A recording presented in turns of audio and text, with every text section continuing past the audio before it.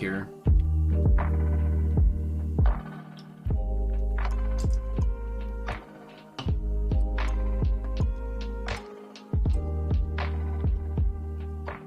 I had to refresh the stream.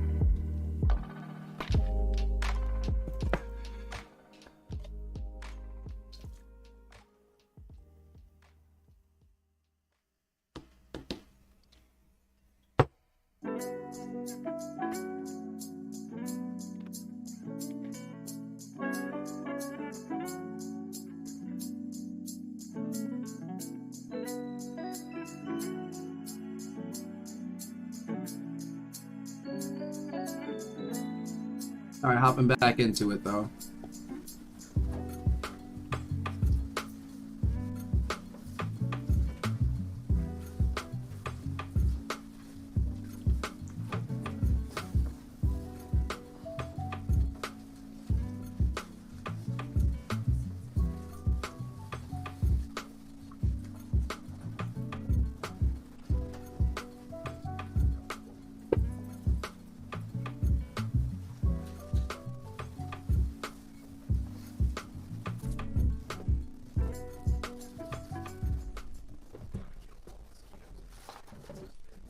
Fair warning, takes them a minute to get the audio right on this morning.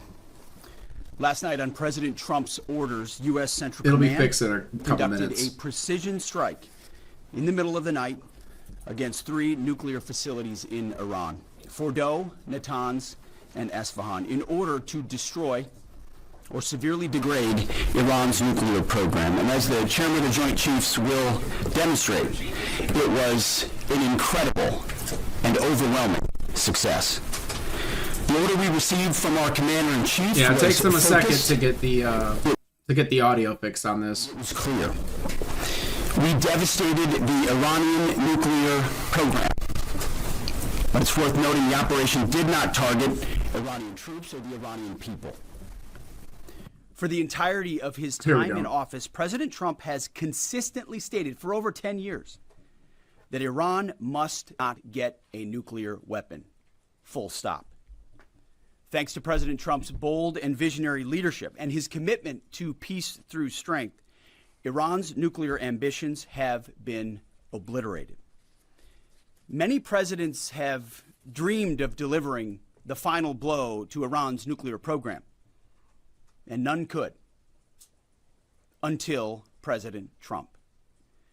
The operation President Trump planned was bold and it was brilliant, showing the world that American deterrence is back. When this president speaks, the world should listen. And the U.S. military, we can back it up. The most powerful military the world has ever known. No other country on planet Earth could have conducted the operation that the chairman is going to outline this morning. Not even close. Just like Soleimani found out in the first term, Iran found out when POTUS says 60 days that he seeks peace and negotiation, he means 60 days of peace and negotiation. Otherwise, that nuclear program, that nuclear capability will not exist. He meant it. Now, when did Trump give his 2-week warning? He said you guys have 2 weeks to come to the table. I feel like it has been less than 2 weeks. I could be mistaken. Is not the previous administration. The President Trump said no nukes. He seeks peace, and Iran should take that path. He sent out a truth last night saying this: any retaliation by Iran against the United States of America will be met with force far greater than what was witnessed tonight. Signed, the President of the United States, Donald J. Trump. Iran would be smart to heed those words. He's said it before, and he means it. I want to give recognition to the Chairman of the Joint Chiefs of Staff, the Joint Staff, General Eric Kurilla at CENTCOM, who did a phenomenal job, he and his staff, all of CENTCOM. Policy, across the board, this was a joint effort, and across the Pentagon effort. I want to recognize the pilots. who flew those bombers, who flew those fighters, who flew those refuelers, warriors. I want to recognize the sailors on those destroyers, in those subs, on those carriers, warriors, all of them. I want to recognize our soldiers doing air defense, base defense, QRF, warriors, all of them. Every American involved in this operation performed flawlessly. And I want to give recognition to our allies in Israel as well. This is a plan that took months and weeks of positioning and preparation so that we could be ready when the President of the United States called. It took a great deal of precision. It involved misdirection and the highest of operational security. Our B-2s went in and out of downtown Tehran, of these nuclear sites, in and out and back without the world knowing at all. Which is insane. In that way, it was historic. A strike that included the longest B-2 Spirit bomber mission since 2001 and the first operation of the MOP, a massive ordnance penetrator. The mission demonstrated to the world the level of joint and allied integration that speak to the strength of our alliance and our joint forces. As President Trump has stated, the United States does not seek war. But let me be clear. We will act swiftly and decisively when our people, our partners, or our interests are threatened. Iran should listen to the President of the United States and know that he means it, every word. I want to give congratulations to our Commander-in-Chief. It was an honor to watch him lead last night and throughout, and to our great American warriors on this successful operation. God bless our troops. God bless America. And we give glory to God for his providence and continue It's really when to they get ask to the for questions. his protection. I turn it over now to the chairman for specifics. Thank you, Mr. Secretary. Thanks for recognizing all of our folks out there doing our nation's work, and nice to see everybody on this early Sunday morning. Last night on the President's orders, U.S. Central Command, under the command of General Eric Kurilla, executed Operation Midnight Hammer, a deliberate and precise strike against 3 Iranian nuclear facilities. This was a complex and high-risk mission carried out with exceptional skill and discipline by our joint force. I want to thank every service member, planner, operator that made this mission possible. Their actions reflect the highest standards of the United States Armed Forces. This operation was designed to severely degrade Iran's nuclear weapons infrastructure. It was planned and executed across multiple domains, theaters, with coordination that reflects our ability to project power globally with speed and precision at the time and place of our nation's choosing. This was a highly classified mission with very few people in Washington knowing the timing or nature of this plan. I'll refer you to the graphic on the side as I walk you through some of the operational details. At midnight Friday into Saturday morning, a large B-2 strike package comprised of bombers launched from the continental United States. As part of the plan to maintain tactical surprise, part of the package proceeded to the west and into the Pacific as a decoy, a deception effort known only to an extremely small number of planners and key leaders here in Washington and in Tampa. The main strike package, comprised of 7 B-2 Spirit bombers, each with 2 crew members, proceeded quietly to the east with minimal communications. Throughout the 18-hour flight into the target area, the aircraft completed multiple in-flight refuelings. Once over land, the B-2s linked up with escort and support aircraft in a complex, tightly timed maneuver requiring exact synchronization across multiple platforms in a narrow piece of airspace, all done with minimal communications. This type of integration is exactly what our joint force does better than anyone else in the world. At approximately 5 p.m. Eastern Standard Time last night, and just prior to the strike package entering Iran, a U.S. submarine in the Central Command area of responsibility launched more than 24 Tomahawk land attack cruise missiles against key surface infrastructure targets at Esfahan. As the Operation Midnight Hammer strike package entered Iranian airspace, the U.S. employed several deception tactics, including decoys, as the fourth and fifth generation aircraft pushed out in front of the strike package at high altitude and high speed, sweeping in front of the package for enemy fighters and surface-to-air missile threats. The strike package was supported by U.S. Strategic Command, U.S. Transportation Command, U.S. Cyber Command, U.S. Space Command, U.S. Space Force, and U.S. European Command. As the strike package approached Fordow and Natanz, the U.S. protection package employed high-speed suppression weapons to ensure safe passage of the strike package, with fighter assets employing preemptive suppressing fires against any potential Iranian surface-to-air threats. We are currently unaware of any shots fired at the U.S. strike package on the way in. At approximately 6:40 p.m. Eastern Standard Time, 2:10 a.m. Iran time, the lead B-2 dropped two GBU-57 massive ordnance penetrator weapons on the first of several aim points at Fordow.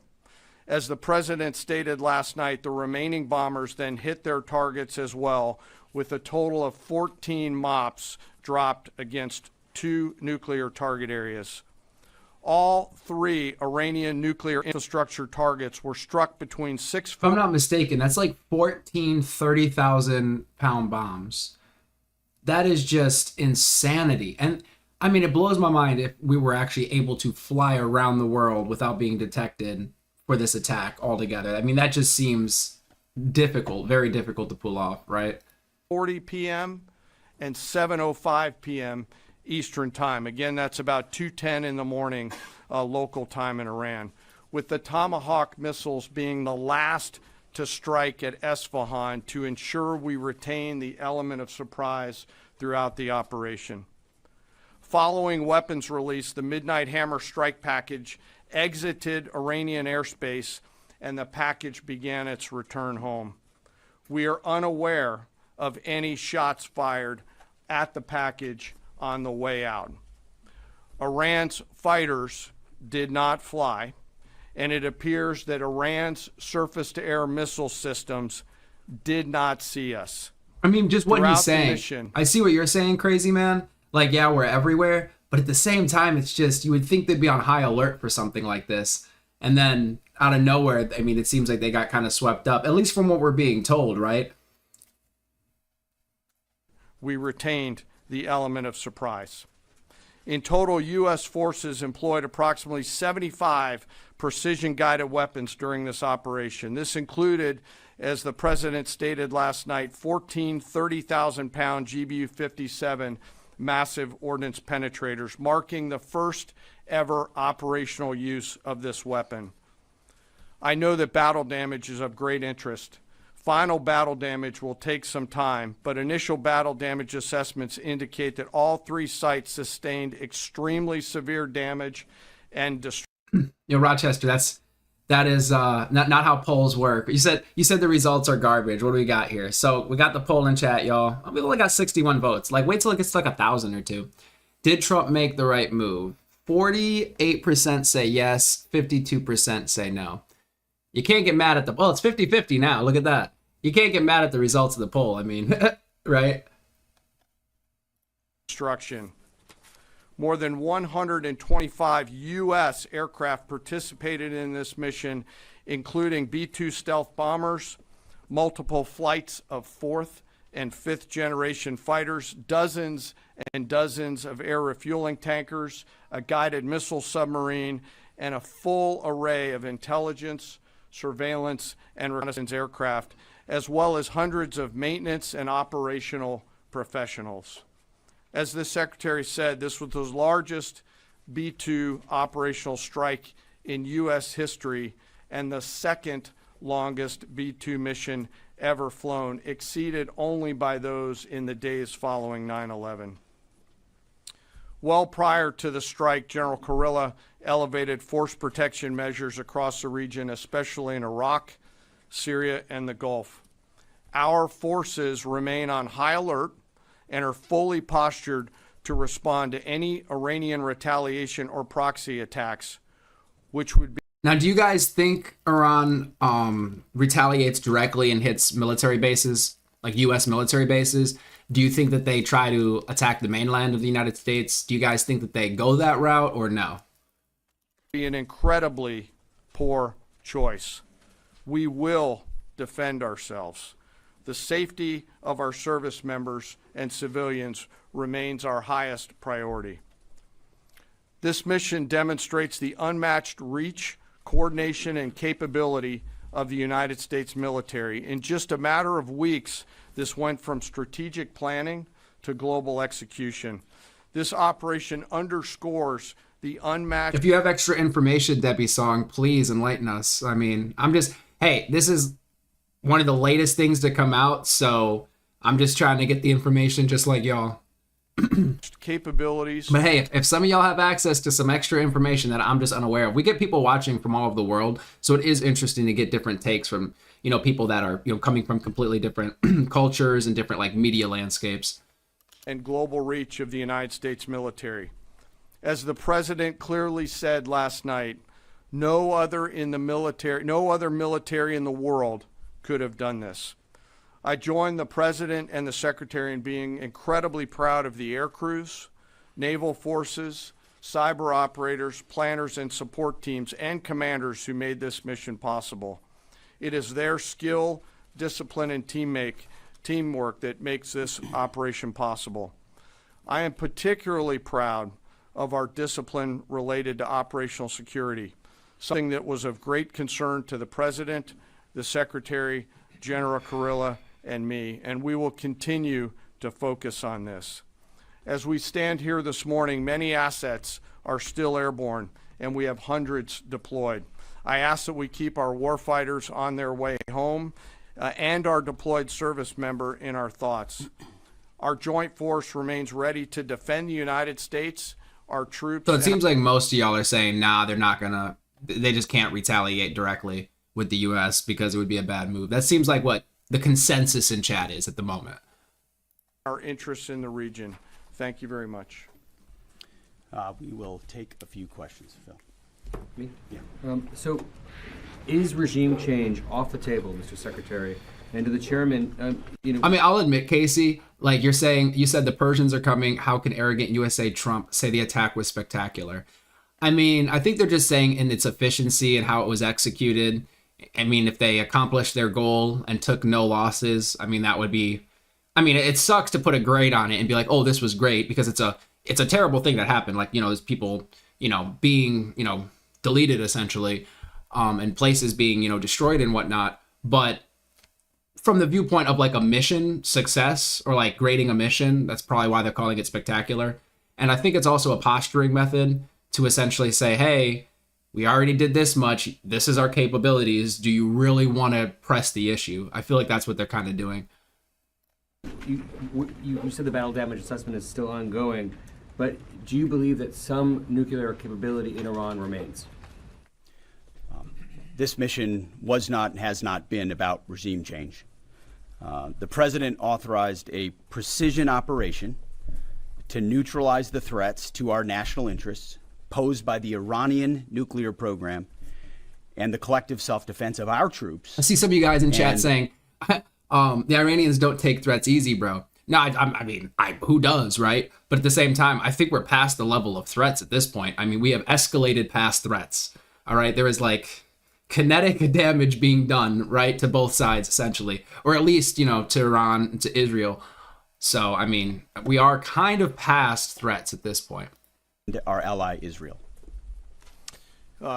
Thanks for your question. I think BDA is still pending, and it would be way too early for me to comment. Flexo, I don't know. Is it like a bit early? Because I see some people talking about World War. Do you guys think that this is going to escalate larger? Do you think like what, China, Russia, North Korea? Do you think all of these entities or governments, what have you, are going to jump in the fray and just this is going to turn into a bigger conflict, or like what? May or may not still be there. But thanks for the question. Green. No, behind you.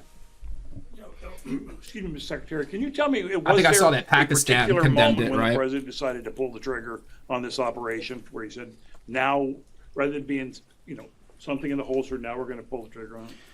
I would just say, having the opportunity to witness his leadership, he was fully committed to the peace process. Wanted a negotiated outcome, gave Iran every single opportunity, and fortunately was met by stonewalling, which is why he gave them plenty of time to continue to come to the table and give up enrichment, give up the nuclear program.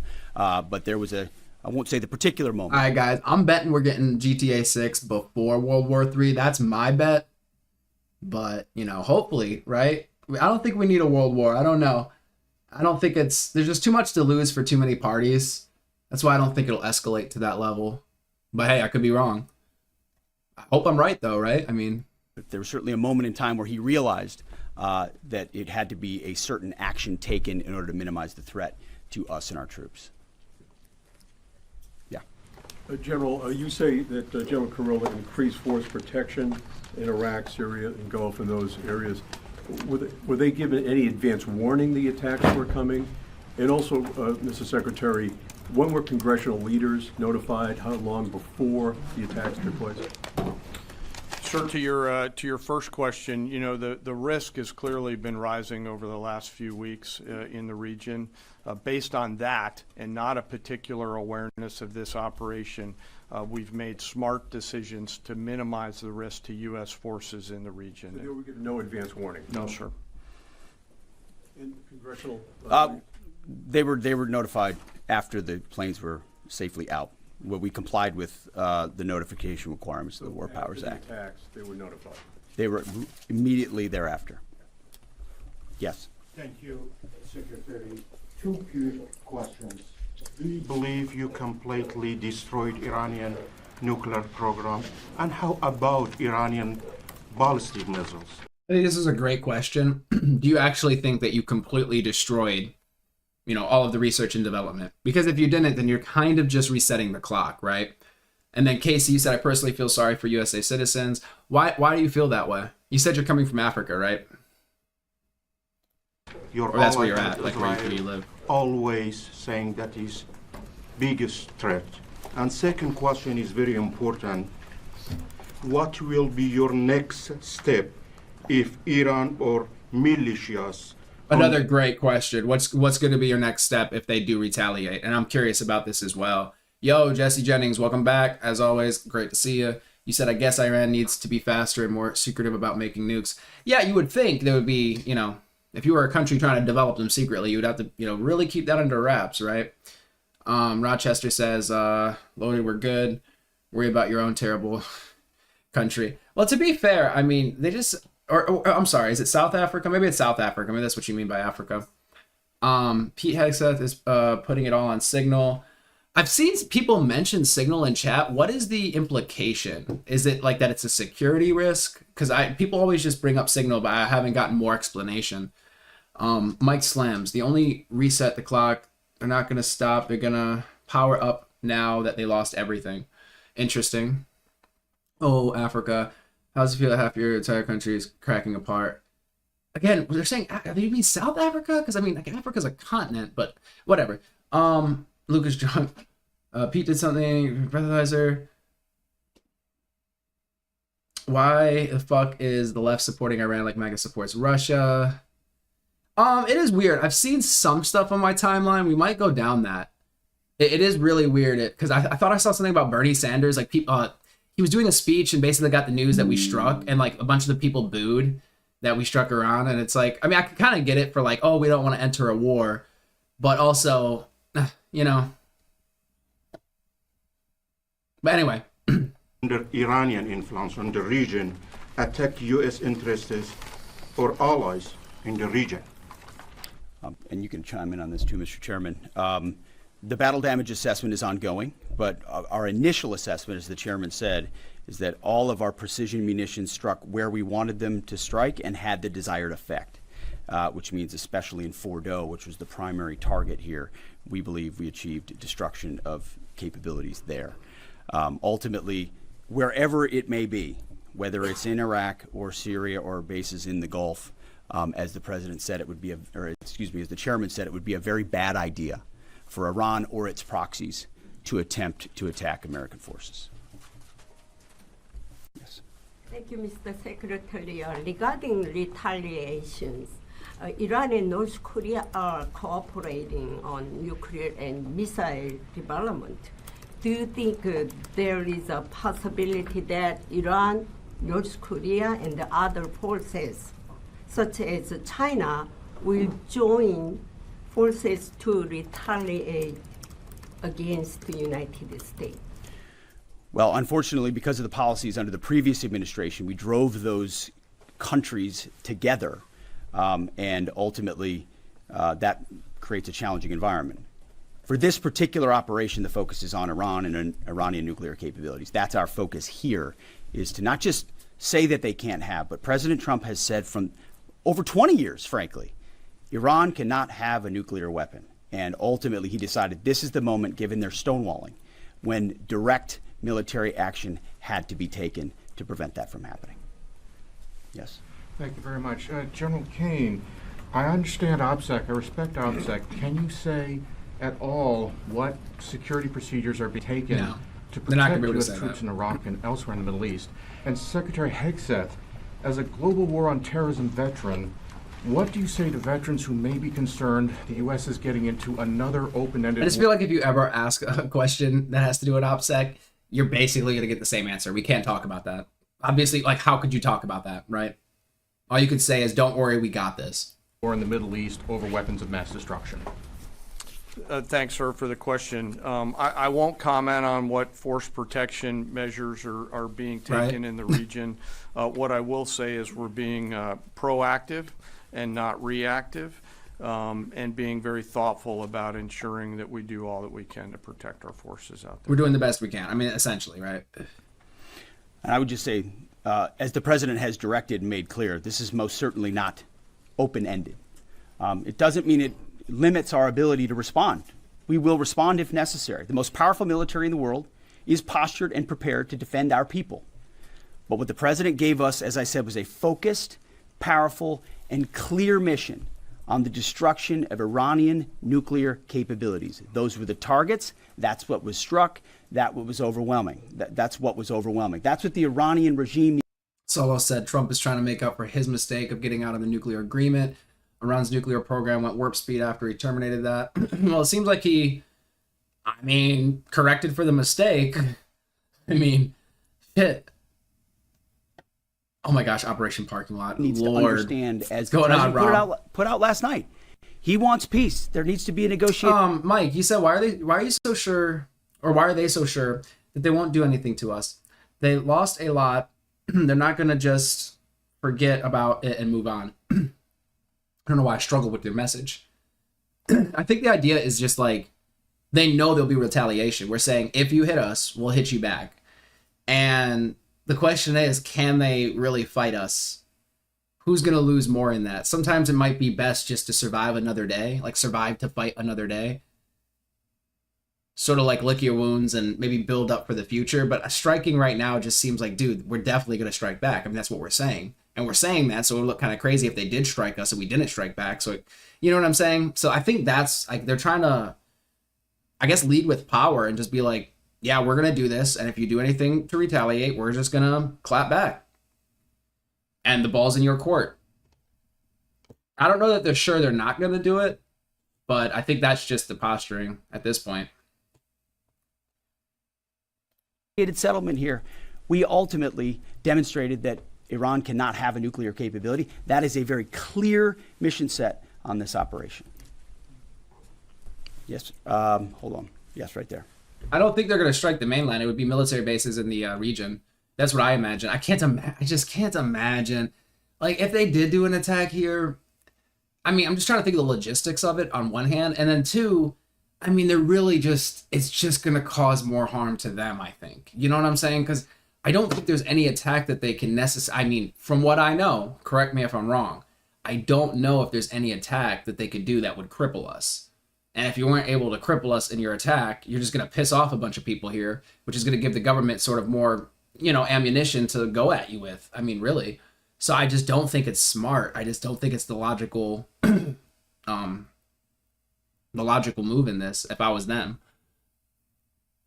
Unless they have something I don't know about. Like maybe they have, you know, a military that they think like, hey, we could definitely go toe to toe. And it's like, okay, if you think that, but I just don't think that's a good idea for anybody.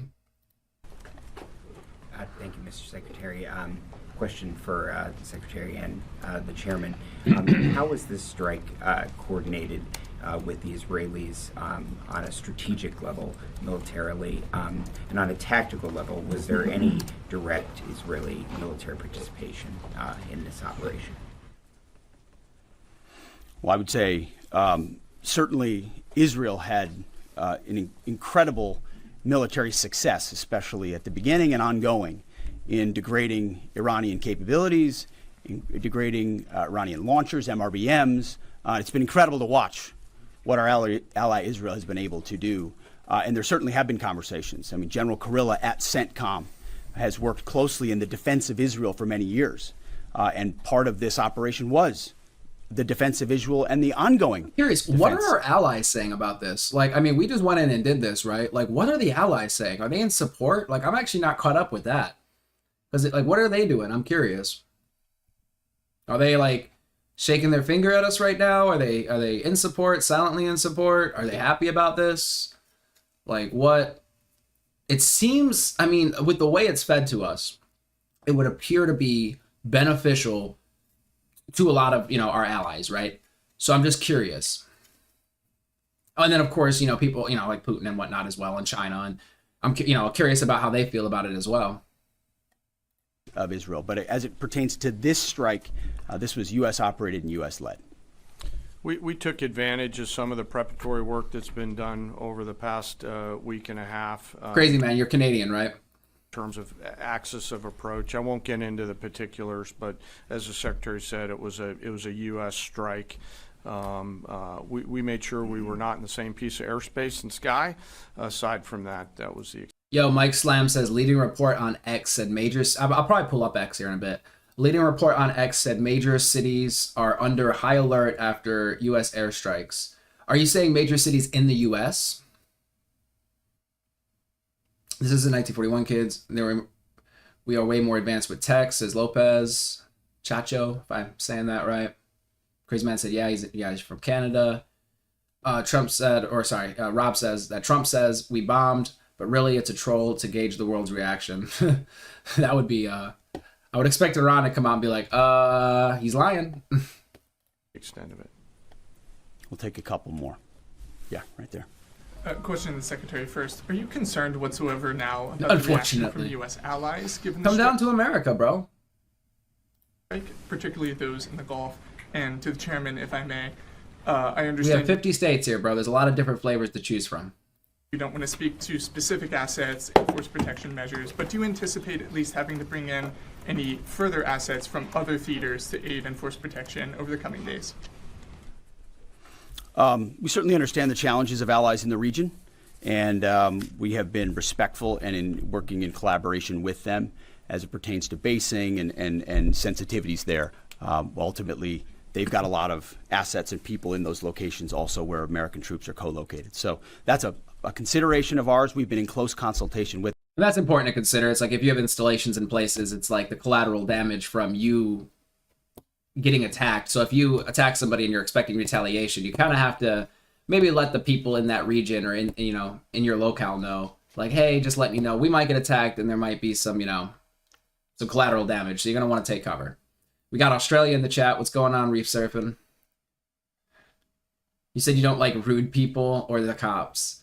I don't know. I don't think there's probably about the same amount of rude people in America as in other places. Maybe a little bit more, but for the most part, people are pretty chill. The cops, for the most part, they're pretty chill as well. With them when we appreciate this. You'll have to come visit. You'll have to come visit or something. I feel like you got the wrong idea. You got the wrong idea. Are there issues? Absolutely. Like there's issues with every place. But for the most part, I feel like things are pretty normal for the most part. I watch too many cop videos to know that I have more chance to be shot than in a car accident. I don't think that's true at all. I'm going to go ahead and push against that and say that's not true. I don't think that's true. So I could be wrong about that, but bro, I mean, I don't know what you're watching, but like that is just not. Okay, man. I promise you, if you come down here, I can't promise you won't get shot. I mean, it is a possibility. But I mean, like, I think you're more likely to get in a car accident. Oh man, we're gonna have to go down whatever rabbit holes you're on, man. We're falling off the point here. You're saying I don't know what you're talking about. I don't know what you're talking about, bro. That we have got. Thanks for the question on sort of the global picture. And as you know, that's one of my jobs is to look globally at the entire range of challenges. We are always carefully considering our force posture around the world and then offering options to the Secretary and to the President. I won't comment on any future things, but the American people should know that we carefully consider those moves around the world and try to modulate as needed our force structure in the region. Absolutely. Yeah, right here. Thank you. What communications are being sent to the Iranians right now, and is there any possibility of diplomacy now or in the coming days?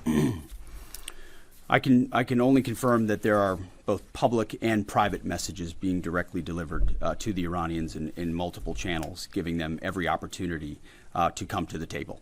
They understand precisely what the American position is, precisely. Yeah, you know, crazy man, I promise you, it's really not. I think you have the wrong idea. And you kind of, I think Rob Bobby that has a decent analogy, because you said, well, I watch a lot of cop videos, so I know. And it's like, well, you're biased, right? Because you're like searching out a specific type of media that is going to conform with like your beliefs, right? So you kind of have to search out like different media and stuff. And honestly, man, you kind of got to live life outside of media as well. Like, who knows what we're being shown? Algorithms, they're trying to play with us to keep us on apps longer. You kind of sometimes have to just go to places, right? And it's like, America can't be that bad if like a bunch of people want to come here. You know what I'm saying? It's like, you kind of can't have those two things at the same time. It's like, there must be some sort of benefits and that outweigh the negatives at some sort of point. Otherwise, it just doesn't really make sense. So, I don't know if you're talking to me about saying it's amazing. I'm not even saying it's amazing. I mean, it's just like, I imagine it's like any other place, like in a way, like is my point. I don't think it's like, it's not like you walk outside and you're like ducking down and you're like looking around like, oh my gosh, am I about to get shot? Like, it's not, you know, well, I mean, if you live in the wrong place, maybe, right? You know what I mean? Or if you do the wrong things, or if you hang out with the wrong, but for the most part, it's not like that. And there's plenty of places to be. So it's like, I don't know. I feel like it's hard to pin America down and say it's like this, because there's just there's so much diversity here. It's really hard to be like, well, it's like that. It's like, well, not really. Yeah, I mean, you could find everything here, right? There's like every community.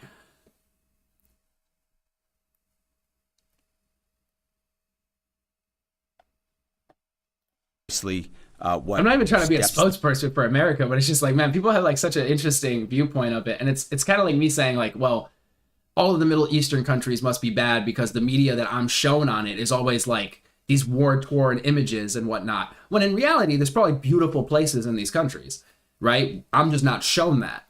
But I understand that. My perception is being painted by the information I'm being given and the information I'm not being given. And I think you kind of have to consider that a little bit. They can take to allow for peace, and we hope they do so. Yes. The president may not want an open-ended conflict. The Iranians may disagree. Are you prepared for a protracted war? Well, anything can happen in conflict. We acknowledge that. But the scope of this was intentionally limited. That's the message that we're sending. With the capabilities of the American military, nearly unlimited. So Iran, in that sense, has a choice. But we've made it very clear to them, this is nuclear sites, this is nuclear capabilities, this is the line that the president set, and we set that back. And we'll see if we cross that line, but I mean, so far it sounds like he's saying we're dusting our hands off and we're done with this. As long as they don't retaliate, we really don't have anything else to do with it. That's what it sounds like he's saying to me. Now is the time to come forward for peace, but I think one of the takeaways from this as well, is the unprecedented level of ongoing cooperation. I can't speak highly enough of the chairman and his staff and His General alternate Kurilla deterrent. in CENTCOM, what they've done to look around the corner, to pre-position, to understand how an operation like this comes together. The scope and scale of what occurred last night would take the breath away of almost any American if you had an opportunity to watch it in real time. And I think Tehran is certainly calculating the reality that planes flew from the middle of America in Missouri overnight, completely undetected over 3 of their most highly sensitive sites, and we were able to destroy nuclear capabilities. And our boys in those bombers are on their way home right now. We believe that'll have a clear psychological impact on. I mean, he's basically saying, I don't know how else to put it besides fuck around and find out. I mean, that's literally what he's saying. He's saying, we just did this. We're making an example of what we're capable of doing. Now, we're willing to just be done at this point and just kind of pull out, and you guys chill out. We mind our business. You guys stop with that shit. But if you do retaliate, just know, just use this as a reminder of what can happen. That's what it sounds like he's saying, basically. It's just like, this is all posturing, right? My 5 cents. Oh, pay the price. It's not over. Yeah. I suppose it's possible, right? Hopefully this, that doesn't happen. But, we'll see. What do you mean by pays the price, though? Do you think, like, there's, going to be retaliation, or... it's just very vague. You're very vague. You're saying I'm not good because I'm a good person. It's because people show me to be better. Oh my God, dirty money. Well, you said it's sad. I'm curious what you mean by that. And in what aspect? Like, just the general sadness of, like, people losing their lives and stuff, which is like, always sad, but it's kind of incidental in this field, right? In this realm. So don't start no shit, there won't be no shit. That's basically, I feel like, what he's saying. He's like,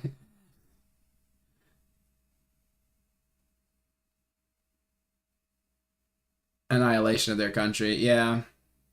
So it is curious. If I was them, I'd be sitting back. If they did want to retaliate, they need partners. They need teammates, I think.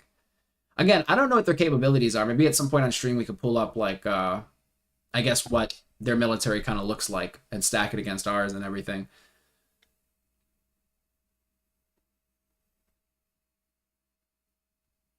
But it's hard to believe we would even put boots on the ground. It just seems like we would just kind of continuously do airstrikes. It seems like that would be... Because then you wouldn't have to really risk anybody. So, obviously there'd be pilots, but you could even use just missiles. I'm just saying from a strategy standpoint. Again, this is all horrible. We don't want this to happen. Destruction, death, it's very bad. Obviously. Nux roasting Hassan Piker. Yeah, we're going to get to that at some point. I've fallen off. I haven't been keeping up with the drama with that. But have you guys seen the H3? I know this is like way off topic, guys. I'm sorry. That has to do with the content nuke. That's another thing I'd like to cover because I find that very interesting. How they view the future, and we certainly hope they take the path of negotiated peace. But I could not be more proud of how this building operated, of the precision, the sensitivity, and the professionalism of the troops involved in this effort. I will take one more. We'll take one more question. Yes, right there. Thank you, Mr. Secretary. Concerning the justification for these strikes, in March, the Office of the Director of National Intelligence released their threat assessment, concluding, quote, Iran is not building a nuclear weapon, and Khomeini has not authorized the nuclear programs he suspended in 2003, unquote. So what new intelligence does the U.S. have since then that the Iranians have changed their position on nuclear weapons? And does this new intelligence come from U.S. sources and methods, or are we getting this information from other countries? Well, I would just simply say that the president's made it very clear. He's looked at all of this, all of the intelligence, all of the information, and come to the conclusion that he's not going to give up the nuclear sources from the sounds of it. Is a threat, and was willing to take this precision operation to neutralize that threat in order to advance American national interests, reduce the Iranian nuclear program, and obviously collective self-defense of ourselves and our allies. So he looked at all of it, understood the nature of the threat, and took bold action I think the American people would expect in a commander-in-chief. That's all we've got. Thank you very much. Appreciate it, Mr. Chairman. Thank you. So that's where we're at right now, pretty much. Shaw said he's ready to lead the 21st century. That's where we're at this point. I mean, I could pull up X. I was trying to get some newer information just to see if there's been any retaliations. Let me just pull it up and see.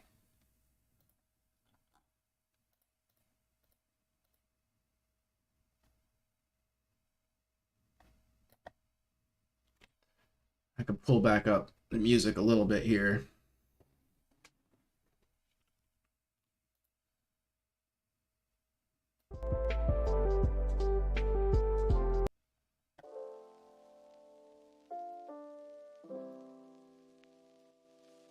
I'll do some searching.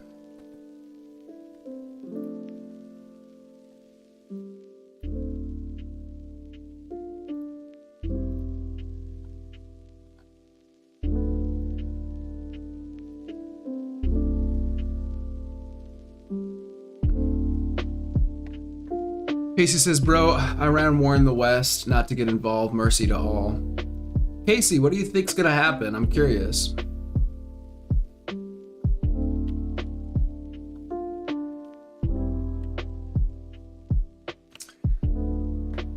Max, I don't think there's any reason to enrich uranium without malicious intent, question mark. It's not an easy or natural process from what I've researched. Interesting. So you're saying that it like, if they're enriching uranium, there's really no purpose for it outside of weaponizing it, if I'm understanding you correctly. So that in and of itself shows that they were, you know, working on a weapon.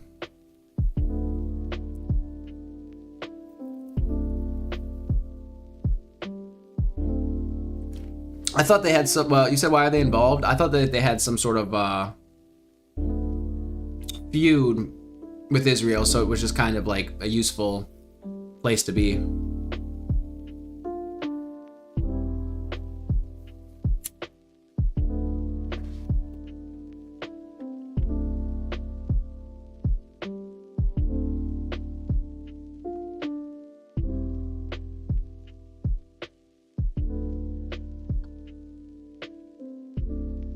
I'm not seeing anything at this point.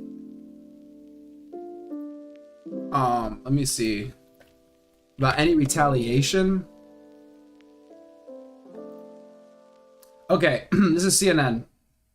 Trump claims U.S. obliterated Iran's nuclear sites as Tehran warns of consequences.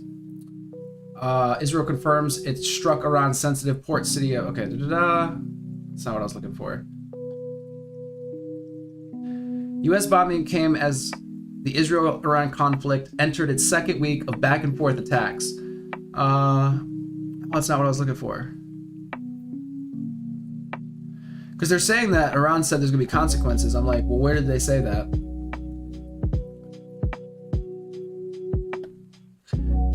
Vance says not interested. The U.S. is not interested in protracted conflicts in the Middle East. Because from what I understand, this is splitting MAGA, right? Isn't it like half of MAGA is against this, half of MAGA is for it? If I'm not mistaken, I was seeing something like that online. That's what the poll should be.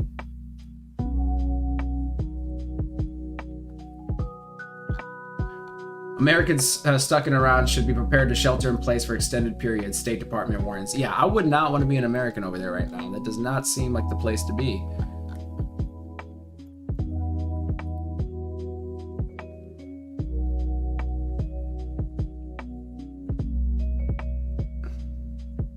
I'm just looking for like the latest updates here.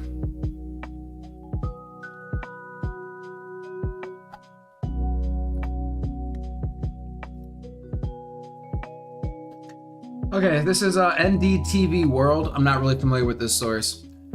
After U.S. strikes, Iran plans to close oil corridor Strait of Hormuz. Report. Not sure if I pronounced that correctly. The Strait of Hormuz is one of the... I'm probably going to look up how to pronounce that. One of the world's most critical choke points through which a fifth of global oil and gas supply flows.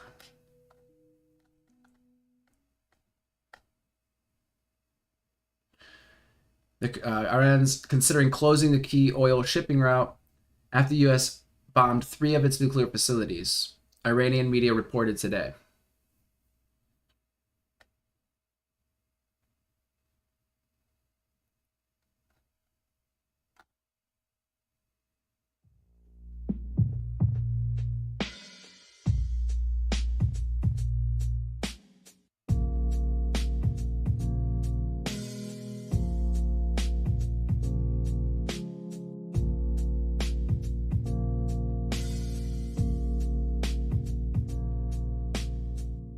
I mean, it says that you're saying a fifth. It's saying a fifth. I mean, it says the bulk of oil exports from regional powerhouses, Saudi Arabia, Iraq, UAE, Qatar, Iran, and Kuwait, must transit this narrow waterway. In the past, it was the West, chiefly the US and Europe, that stood most exposed to disruption in Persian Gulf energy flows, but today it is China and Asia that would bear the brunt of any closure.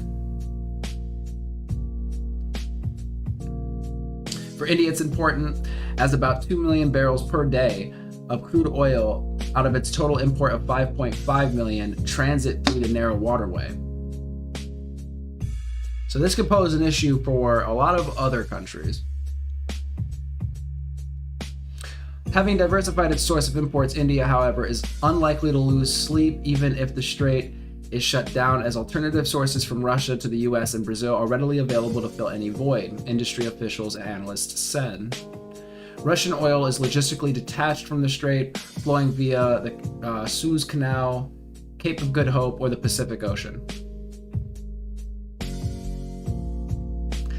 On gas, India's principal supplier, Qatar, does not use the strait for supplies. India's other sources of liquefied natural gas in Australia, Russia, and the US would be untouched by any closure.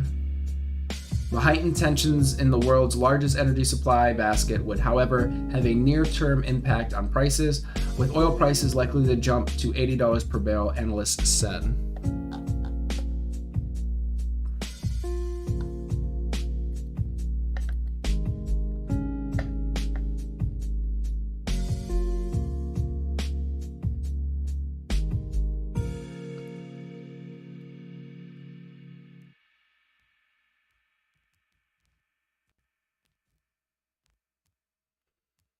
A poll on what?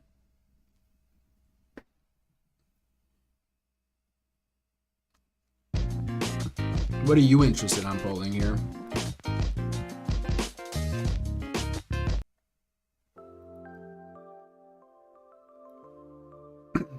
Appreciate you guys for hanging out. I love chit-chatting about this stuff, getting people's views from all around the world. Be sure to hit the like button, subscribe, all the good stuff. I'm here pretty much daily, about 6 days a week. I'm trying to make it 7, but I have to sleep at some point.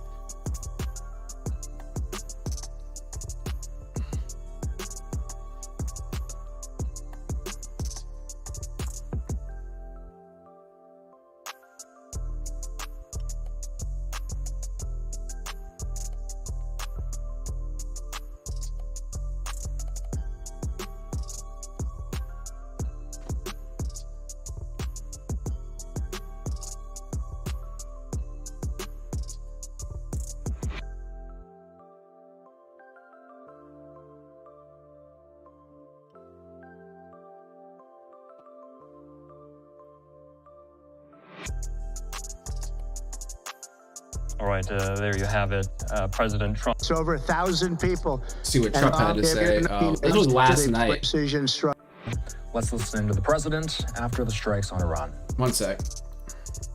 A short time ago, the U.S. military carried out massive precision strikes on the 3 key nuclear facilities in the Iranian regime: Fordow, Natanz, and Esfahan. Everybody heard those names for years as they built this horribly destructive enterprise. Our objective was the destruction of Iran's nuclear enrichment capacity and a stop to the nuclear threat posed by the world's #1 state sponsor of terror. Tonight, I can report to the world that the strikes were a spectacular military success. Iran's key nuclear enrichment facilities have been completely and totally obliterated. Iran, the bully of the Middle East, must now make peace. If they do not, future attacks will be far greater and a lot easier. For 40 years, Iran has... Yeah, see him saying they're going to be a lot easier.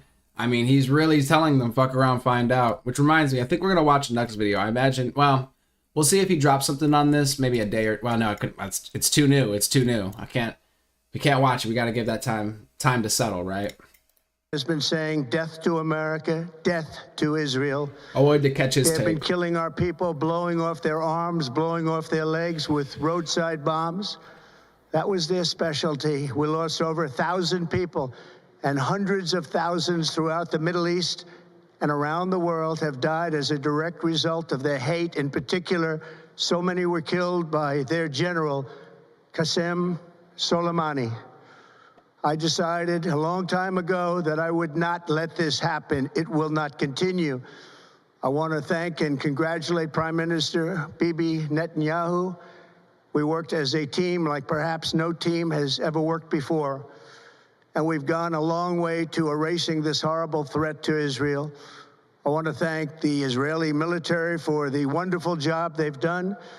And most importantly, I want to congratulate the great American patriots who flew those magnificent machines tonight, and all of the United States military on an operation the likes of which the world has not seen in many, many decades. Hopefully, we will no longer need their services in this capacity. I hope that's so. I also want to congratulate the chairman of the Joint Chiefs of Staff, General Dan Raisin Kane, spectacular general, and all of the brilliant military minds involved in this attack. With all of that being said, this cannot continue. There will be either peace or there will be tragedy for Iran far greater than we have witnessed over the last 8 days. Remember, there are many targets left.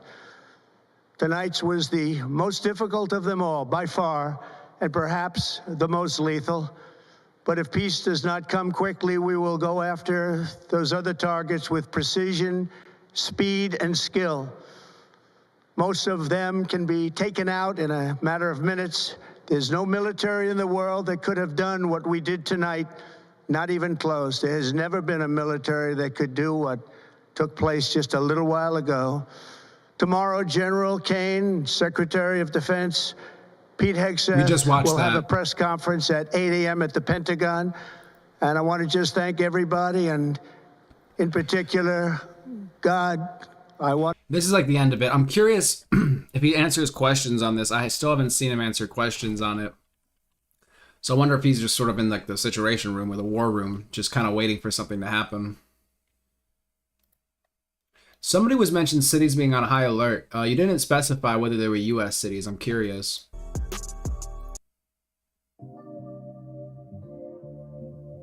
Let me see.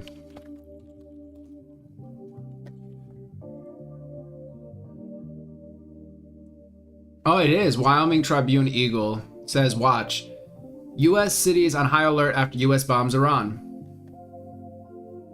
Major U.S. cities are preparing for potential violence after the U.S. late Saturday bombed nuclear sites across Iran. New York City, Washington, D.C., Chicago, Los Angeles, and other cities are surging law enforcement resources at religious and other sites to prepare for potential retaliatory attacks on Israel's more than week-long war with Iran, escalated with the U.S. involvement. I don't know why that just read so weird. And it's also on Fox News as well. I don't know, it might not be your account that's being censored. I feel like the censors might turn on more during certain events. I'm trying to see if I'm missing anything from you. Yeah, YouTube, I don't know. It's kind of weird what it decides to censor. So it might not be an account thing. Because a few people have mentioned their messages getting censored with words that I feel like have been used on stream before. So I wonder if when tensions between countries rise like this, the major platforms step in to try to like quell the beast.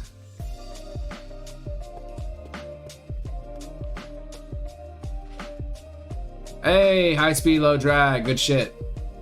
I mean, stopping by and everything. Appreciate you for coming through. You said IDF will finish it. Well, that one came through. If it doesn't come through on the screen, I don't know. That's another weird one. I don't know how it filters them. Yeah, I don't know. That's what I'm saying. I feel like the censors are just, I feel like they change or something. And they're like actively being changed.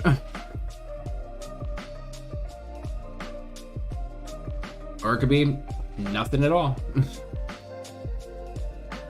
You said probably, Rob says, probably not from Iran against our cities, but from leftists. That would be, yo, if people start rioting or something, or like destroying things or attacking places, because we bombed, that would be really weird.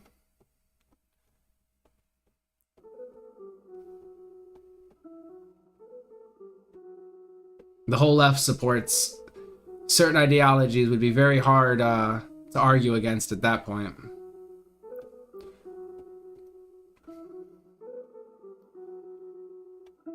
I mean, generally protesting war is fine, right? But it'll happen. Oh Lord, Connie, let's hope not. Please, let's hope not. Gosh, that'd be so stupid.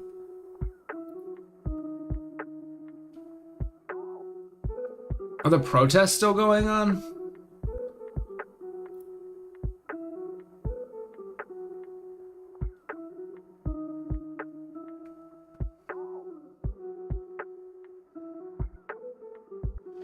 Oh, Death to America is trending. That's nice.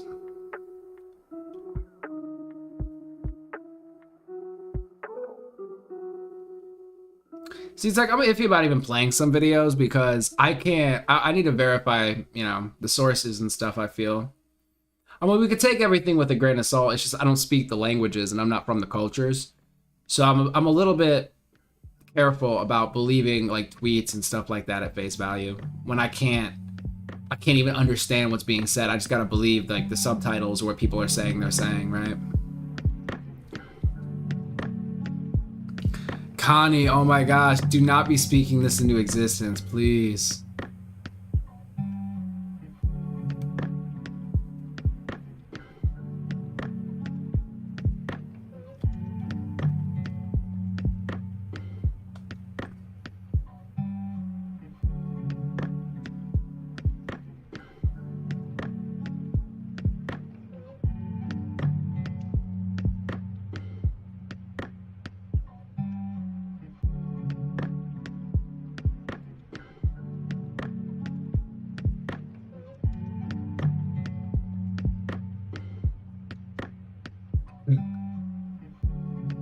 The sleeper cells may be awoken. I mean, do you guys think there's a bunch of sleeper cells in the country?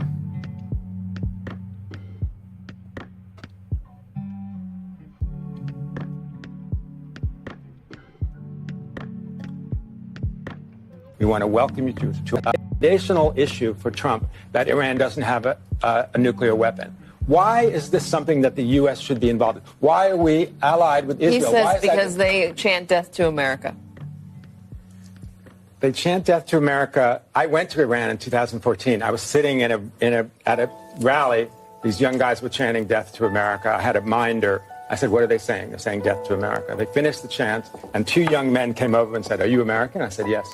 We want to welcome you to our country. We love American culture and love American movies. They wanted to talk about all these things. Iran is the most Western nation in the whole Middle East. We have much more in common with them than a lot of countries that we do have alliances with. Okay, I'm a little confused. Like, wait, what? Yo, Sebastian, what's going on? Sorry, I was like knocked out the last day. I call it zombie mode sometimes. If I'm in zombie mode, it's just I'm out. I'm out of commission, guys. I hope you're doing well. But yeah, that guy's take was a little confusing, I'm not gonna lie.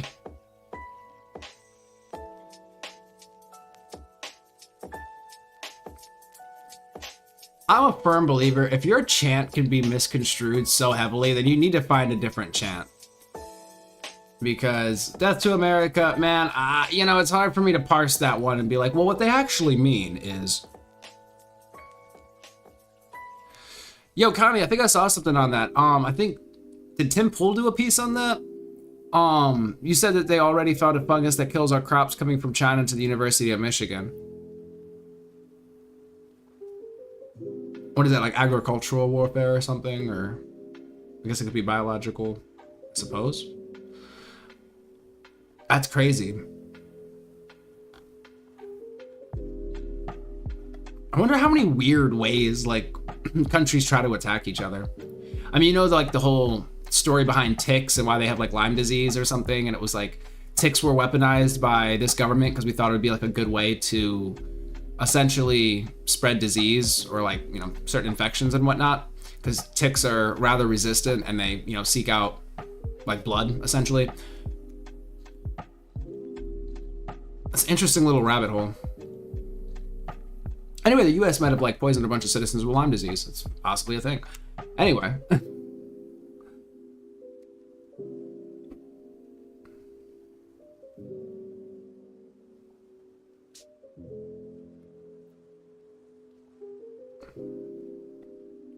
You said not to mention we bought our drones from China.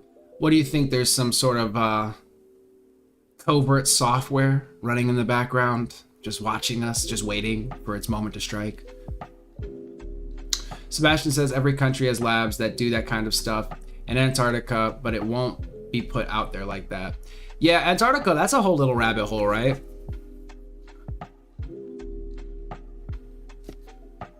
I mean, I imagine they do work on some pretty nasty things, like everybody, right?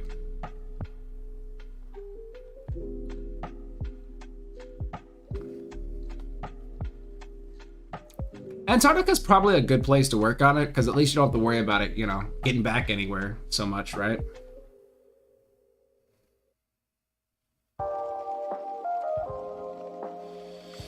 Yeah, I mean, I think we have sea banks in other places too, right? But I would imagine there's probably one in Antarctica. I think I've heard that. But I think we have some in like other mountains, in like, you know, vaults or whatever. High Speed says they're a paper tiger. I don't know why people say that, and I just, meh. I don't know. That one's hard for me to believe. Something tells me they're a contender. Not to be trifled with. Yeah, probably the biggest. I mean, I can see that, yeah. By the way, I think I fixed the latency on my stream, so I don't know. Me and chat, much faster communication here. Also, hopefully my mic is better. I changed up the settings and I hopefully made it bearable. Although I think the side chaining is not working, but this will be addressed in the future.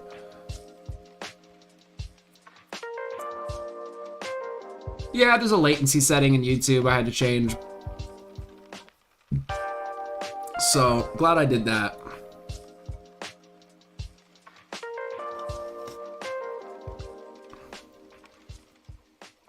But I'm gonna use the bathroom. I'm gonna come back and we're gonna explore some more topics around this. And then I might get into some gaming a little bit, not gonna lie. I'm not gonna lie, I kind of do want to watch, like, catch up on, like, the Hassan situation. I also wanted to get into... Oh, you're up at work? Nice, nice. Yeah, I figured, because you said, I mean, I think you get off at 2 or some shit, right? I mean, generally or something. Like, that's what you mentioned last time. Hey, chillin'. But I wanted to get into the content nuke. For people that don't know, I mean, it's gibberish. But the content nuke that Ethan Klein did, that was supposedly a trap, a Trojan horse of sorts.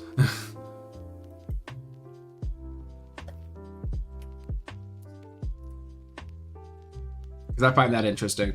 And the fact that it, like, kind of connects to this topic. The fact that Hassan, like, the issue is that it seems as though he supports, well, essentially terrorist groups.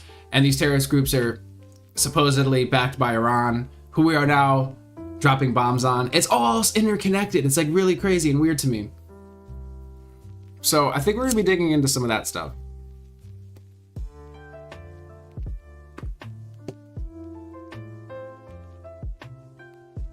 Try to decide, more Pegasus or Nux? That's the question. Both wonderful creators.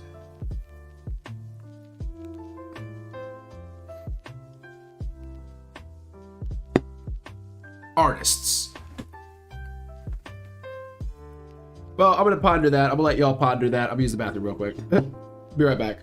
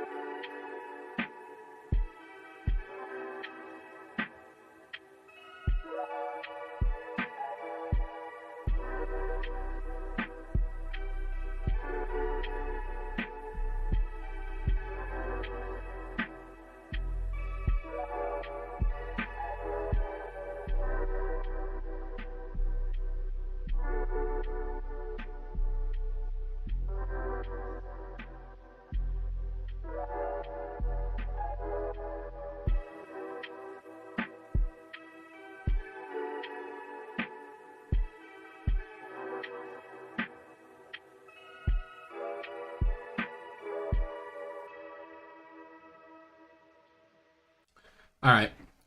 Not gonna lie, guys, I got some ice cream as well. Good choices were made. Where are we at?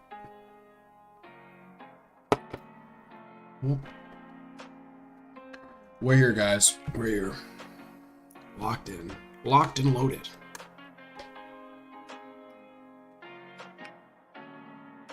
It's very good. It's like raspberry or something.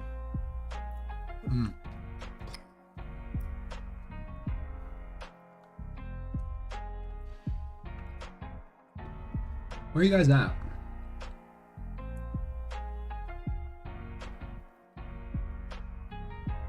You said they were already working on missiles to travel to the U.S. That's so good.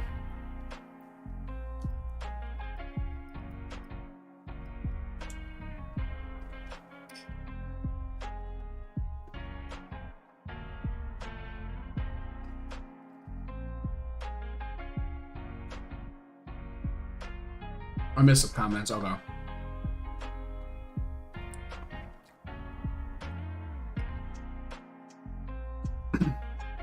Well, of course, when people come across the border, says Connie, this is bullshit. Now this ID is being censored. I don't... I think it's... Dude, I'm telling you, I think it's the subject. What up, Astra? 8, what up? Oh, yeah, I already read all this, right? Every country has labs. China's a paper tiger. Nuclear capability is measured in mathematicals, not linear. 60% is 90% capable. And then Kanye says they were only 20% away. Low speed says read it again. Either way, if Trump waited the 2 weeks, Israel would have been in grave danger, says Connie. Where it don't belong.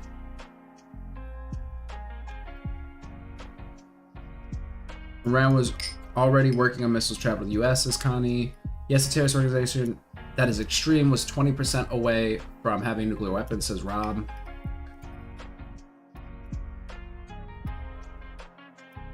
I appreciate you, Casey. We're working on it, guys. One sub at a time.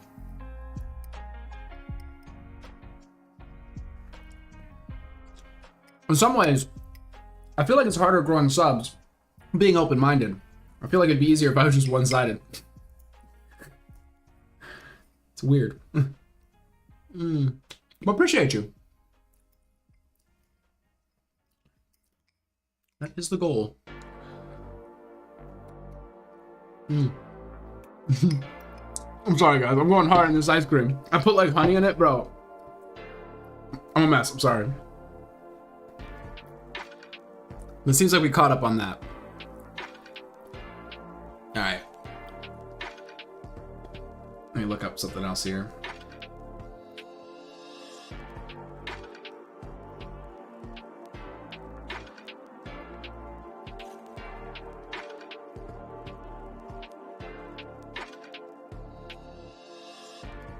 Yeah, I can see that, Sebastian.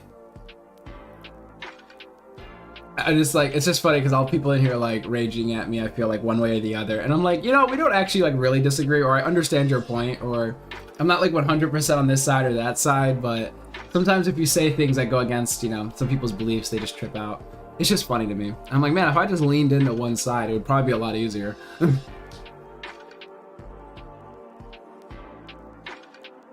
Yeah, I see what you're saying.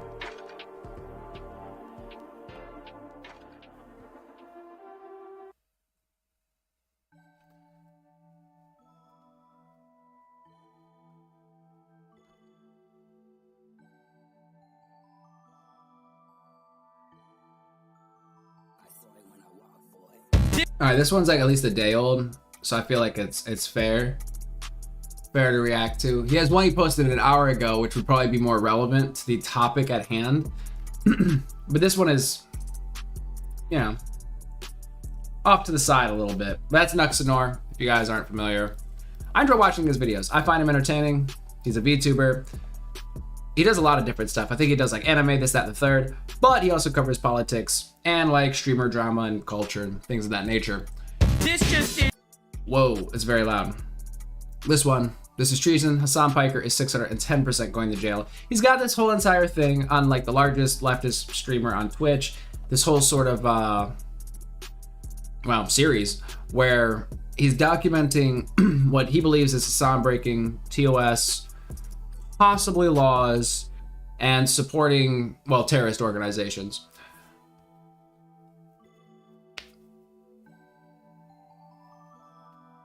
No one likes it. I'm having chicken tenders and fries right now. Bro, you're making me jealous. Now I want some of that. I'm not gonna lie. Dude, I wouldn't mind going to grab some food, but I just don't want to leave stream. Even though I feel like it wouldn't take me too long. I feel like 20 minutes. I always say that, and then I'm like at the place and they're taking forever. I need to change my title though.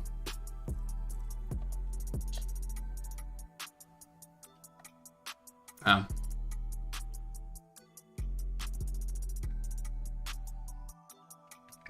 I'm not rich, I'm sorry. I cannot DoorDash. Sorry. We're not at that level, guys. This operation is not. No. No.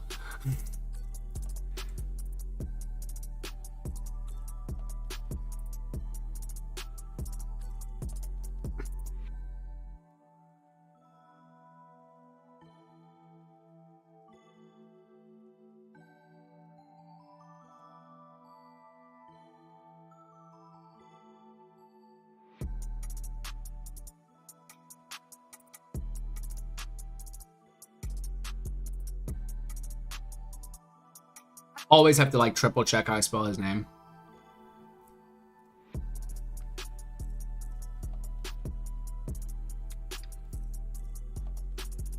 Yeah, I don't know what you think this is. We're on a shoestring budget, guys. It's expensive operating a radio station in the middle of space and time, okay? Getting my broadcast to Earth. Sponge cake and tea. Huh. Very nice. Very nice.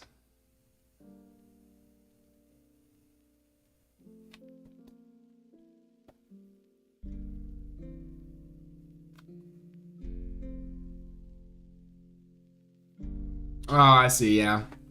No, for me, I can't justify it. It's just stupid. I might as well just get in the car and go. It's just, I feel like it almost doubles the price. I mean, depending what I get, but it's like, I'm one person, so I'm not gonna order a ton of food.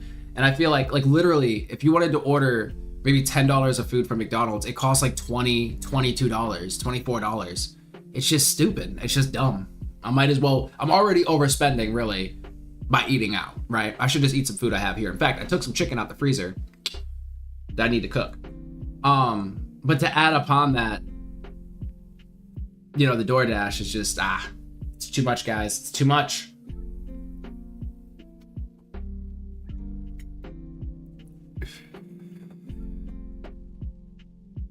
But that sucks they don't offer it in your area.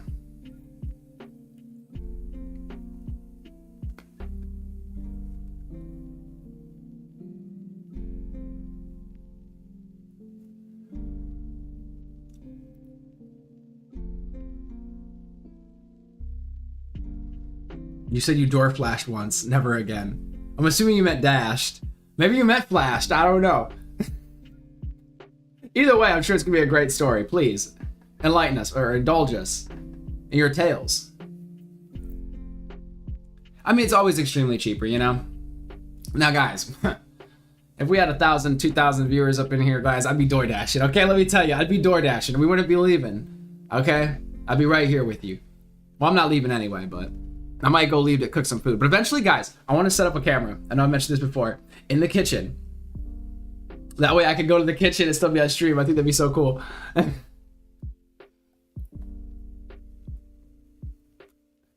I feel like the kitchen could look better. I need to have it more put together first, okay?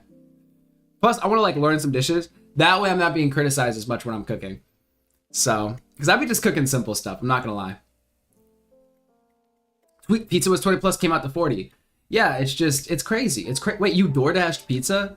You couldn't order pizza through the, like through Pizza Hut, through Domino's, or like whatever, like directly? But even then it would have been $40, to be honest. You could make chicken fajitas from Dollar General for like $10 and feed like 2 to 4 people. Yo, Casey, yo, I'm so happy. Look, it's so funny you bring that up. This is something I do want to cover, and it's something I've just, at the inception of this channel, I was covering, and it's something I've always really wanted to do more on. I'm just gonna pull it up on screen just because I was like looking into this stuff earlier. But you brought up, where's my chat? The take on extraterrestrial videos, so much reactions on YouTube. So UAPs, UFOs, I'm really into this, guys. I was like talking my brother's ear off earlier. I really think there's something out there. I believe, in fact, I'll bring up a short I made.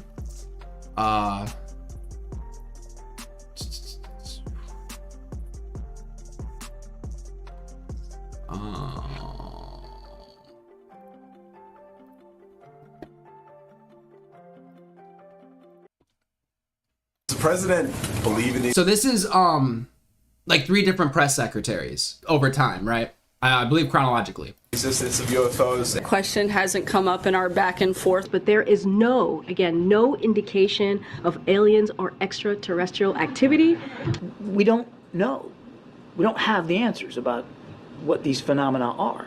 What we believe is that there are unexplained aerial phenomena that have been cited and reported by pilots. What are you doing? Navy and Air Force. That these phenomena have, in some cases, had an impact on our training ranges, on our pilots' ability to fly, train, operate, and stay ready. The president. So, like, the story's been changing. They've been coming out more and more with it. And there's these new videos surfacing. I'm just really iffy about the whole thing with AI and everything. They've had hearings on it. You know, like, I really want more to come out.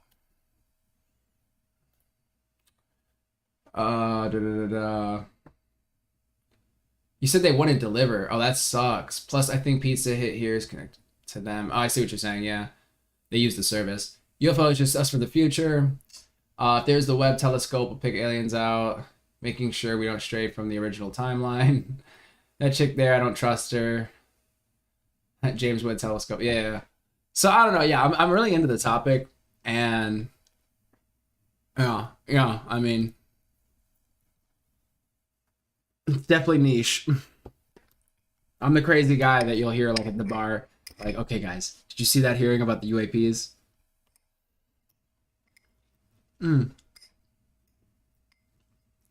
I just think there's too much history, too many stories, too many accounts, which is too much like documentation of these things over the course of decades to be like there's nothing there.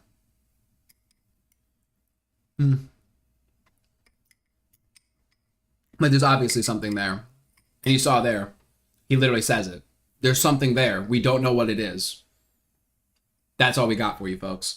So at least they're admitting there's something there. Now, whether it's ours, whether it's, you know, just terrestrial in general, remains to be seen.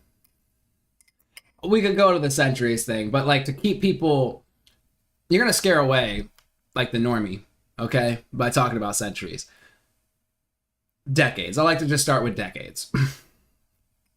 I don't like too recent because they could say AI or CGI, and I don't like to go too far back because there's other arguments you could bring up, right? I like to go maybe a couple decades back. Well, I mean, UFO is an unidentified flying object, right? If you're saying you don't think they're extraterrestrial, I totally get what you're saying. What are you doing, girl? What are you doing? What are you doing?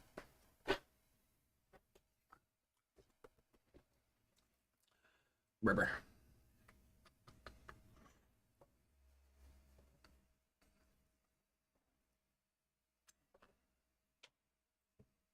Bum bum bum bum bum bum bum bum bum bum bum bum bum bum bum. You just want attention.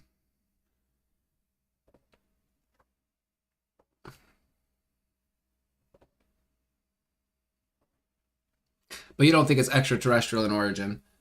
There's just a lot of weird stuff coming out. I wanted to do more research on this stuff first. I might do some of it on stream. I was looking into it earlier. That's why I had that pulled up on X. Because there's a lot of weird stuff going on.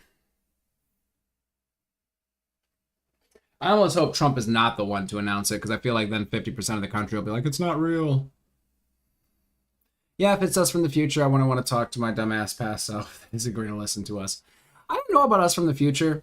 We might get into the hearing at some point, but in the hearing, they said they might be extra dimensional or like 4-dimensional or like what have you. Or, sorry, they call it interdimensional. So.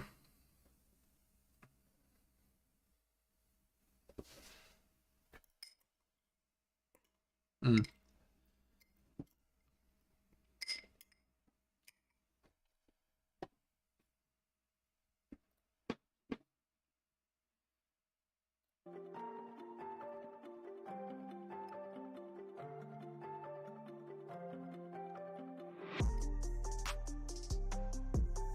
Maybe now it's gonna say it's his fault. What do you mean? That it was hidden? Or just it's his fault? No context, it's his fault.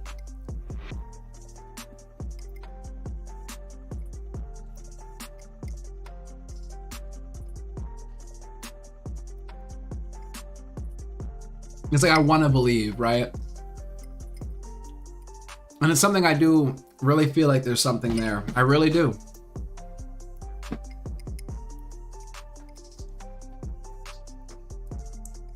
I admit it could all be one giant psyop, right? It could be. I just don't feel like it is. But it could be. Hmm.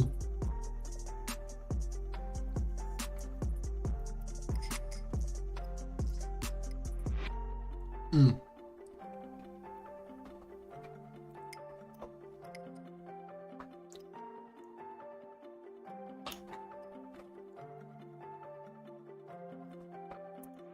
All right, that was delicious.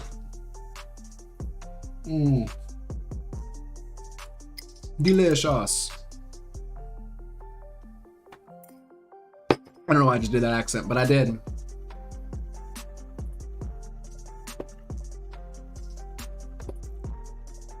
All right, let's jump into it.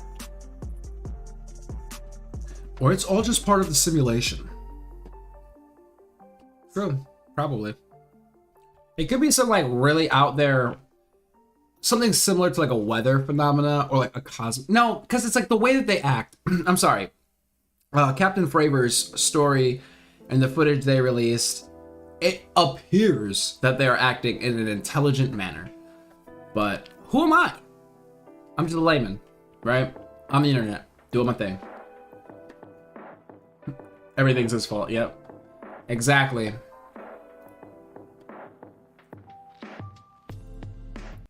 Alright, we're gonna get into it. Oh my god, this is an hour long. Shit, I might have to jump around in this one, guys. Because I feel like, you know, people are saying the etiquette for reactions is like, you know, doubling the length. If you double the length on a reaction, then you probably did it justice, right? We're gonna have to do this for 2 hours, guys. So we might just jump through the highlights. We might just do that. Mr. President, another Hassan Piker hit piece article. Why is it so loud? Mr. President, another Hassan Piker hit piece article has hit the worldwide news. The New York Post posted an actual hit piece on this guy. Now, as you know, as the He needs to turn on the music. Oh my god, this is blowing my brain out here. professional, how effed is Hassan Piker franchise extraordinaire Exslopinor? I must say, I am not only goated, but I have been recognized. Okay. We are going to be doing Okay, jeez, okay. But first, we're gonna I'm sorry, I had to, okay. Just see, because that was just too much. That was too much. I can see it being missed in editing. Keep in mind, with how frequently Nux uploads, these numbers might be outdated as soon as I upload this video. Alright, taking a look at Nux's channel, there isn't really much diversity in terms of who he is. Zero contact with the outside world. Being less than 200 points away from 1,000 is straight up rancid. Congratulations, I guess. I know his- I am the slop god. I am the goat of slop. I have officially done more to contribute to the downfall of Hassan Piker than anyone else on the internet except for probably 3 people. I have to say, lock he in, has boys and done a girls. lot. Between him, more Pegasus, and then like Asmongold, he just kind of like exists. And somehow it makes Hassan seem to take L's. It's like really weird, just him like simply existing. Today, Hassan admitted on his stream that he wants Iran to get nuclear weapons to threaten Israel. I'm not even joking. He literally. There's no tweeted this way. now. No We are going way. to be doing a deep dive on I this. mean, I know he says crazy shit. I know he says shit that, like, I'm just like, bro, that's a little wild. It's like a hot take, you know? Like, yeah, I get having to be provocative, right? Because you're, like, streaming, you're trying to be entertaining and stuff. But, man, some of the shit he says, I'm just like, right, that's ballsy. That's ballsy. But first, we're going to dance. The whole America deserved 9/11 thing was like, that was just wild. And then the whole bringing up the congressman and everything. You said he absolutely did? Bro, stop it. All right, we're about to see. Great. So over here is an. It's like, I don't even try to play defense for him. Sometimes I'm like, what? But then it's just, there's this like pattern of behavior. And it's like, bro, why? Stop it.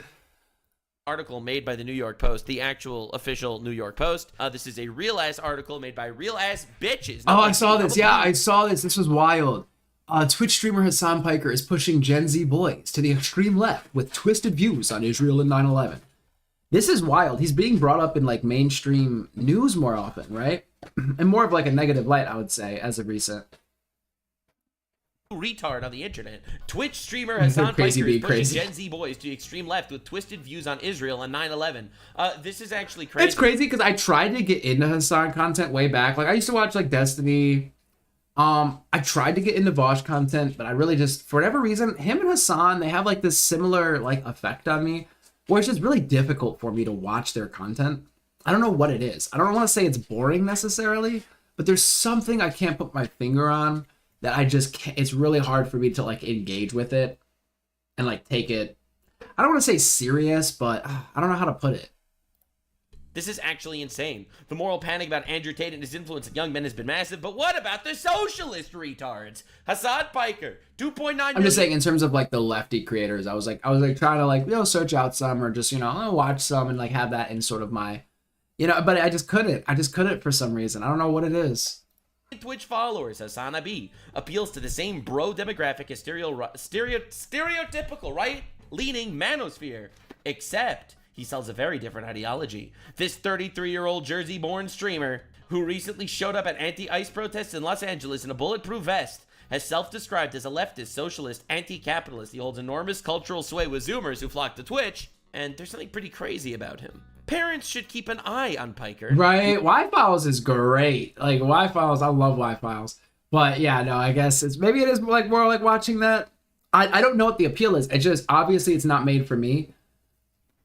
I guess that's just what it is, right? Who told his 7.3 million followers across platforms multiple times that America deserved 9/11 and that Jews are inbred. I'm just saying the New York Post is clearly a fan of the How Fucked Is Hassan Piker franchise. He truly is indefatigable and on Twitch for 7, 8, 9 hours a day, at least 6 days a week as of June 18th. He's only taken 2 days off since the month started. He streams 10 hours on June 8th. Set up at his own monitor, he flips through articles from Al Jazeera to Fox News and occasionally fills himself giving dating advice. Good shit. It's very important for a guy who's been known to go to Diddy parties and brothels in Germany that sex traffic children. He's Yo, so person for people that don't know, Nux is like, you could say he really doesn't like Hassan, right? So he brings out the big guns in almost every video on this guy. It's kind of wild. Want to be giving dating advice to children? Absolutely. Piker's stamina is matched only by his fans, who flood the comments. May Allah awaken President Xi and allow him to see the evil doing of Israel and the United States. That is endorsing China to go to nuclear war. Wait. Oh, it's his fan. It's a fan, One right? commenter said on a recent stream, another chimed in when Piker showed a clip from Fox News. In a just world, Fox News in its entirety would be lined up in The Hague for lies. Obviously, he doesn't like Diddy. He doesn't like them. Yeah, he doesn't like Hassan. No, you don't say. He's only made like 50 videos trying to destroy this man. Propaganda. Even after Piker logs off his hours-long feed, the messages keep pouring in. In a recent live stream discussing Israel's conflict with Iran, he called Israel the giant baby nation with nuclear arms. He said its existence is a great shame and a serious stain. Now, this is him covering 2 Israeli embassy staffers shot and killed outside Jewish Museum in Washington, D.C. Hassan Piker suggesting that the May Israeli embassy shooting resembled a false flag operation, and that's exactly what he did. So, as you could see, They absolutely cooked. They absolutely fucking cooked. It's a big article. It is absolutely a big article. They started lambasting him for all this other amounts of bullshit. Like, dude, they started lambasting him for everything. Pay attention to this, because this will be relevant in just a minute. But the point that I'm trying And I feel like this puts more pressure on Twitch, right? Like, once you have mainstream news sources covering, like, hey, this guy seems extreme, and this, well, platform is platforming him, right? I feel like that's going to put pressure on Twitch. to make is, this guy's a demon. Bro's a demon, and people are noticing. The How Fucked Is Hassan Piker franchise. And that's coming from the blue demon himself, Voldemort. That's crazy.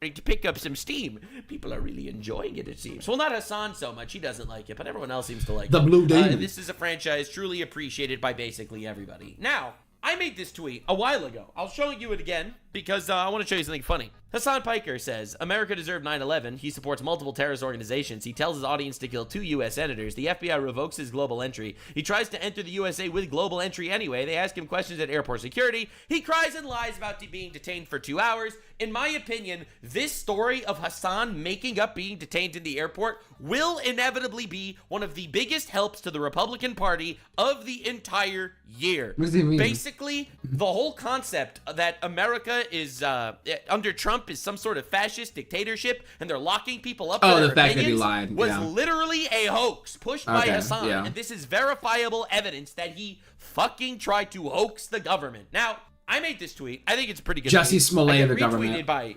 Nyara.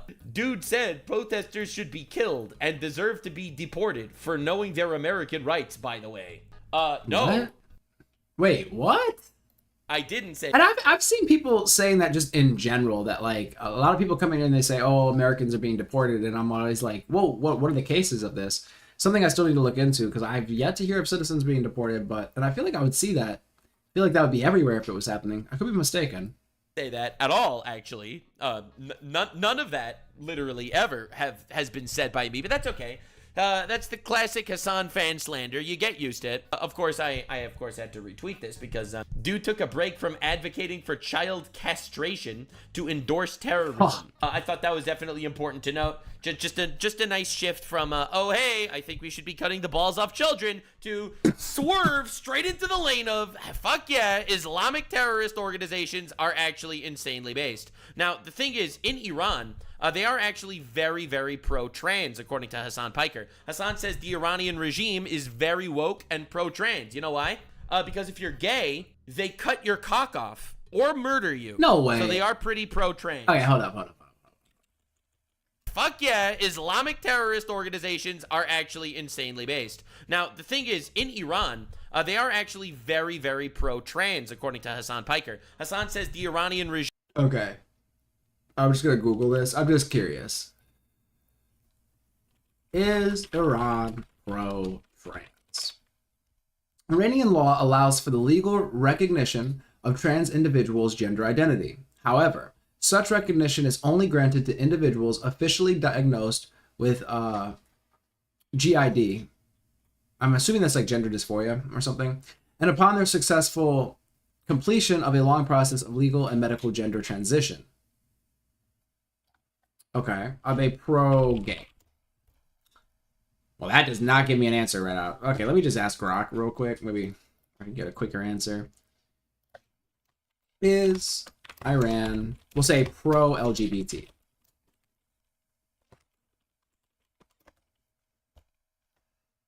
No. This is Grok. No. Iran is not pro-LGBT. Homosexuality is illegal under Iranian law, based on the country's interpretation of Islamic Sharia. Same-sex sexual activity can be punished with imprisonment, flogging, or even the death penalty in some cases. Transgender individuals face a complex situation. Gender reassignment surgery is legal and state-supported, but only if a person is diagnosed with gender dysphoria. They often face social stigma and discrimination. That's interesting that they would have that. Which is interesting. Public expression of LGBT identities is heavily suppressed, and there are no legal protections by LGBT rights. Reports from human rights organizations like Human Rights Watch document ongoing persecution, including arrests and torture of LGBT individuals. So, it is safe to say that no, it is not good to be gay over there. Right. Everybody's saying, yeah, it's true. Jeez. Connie says, I've been watching the Iranians and their proxies since the 7th of October, 2023, and haven't seen one. Uno.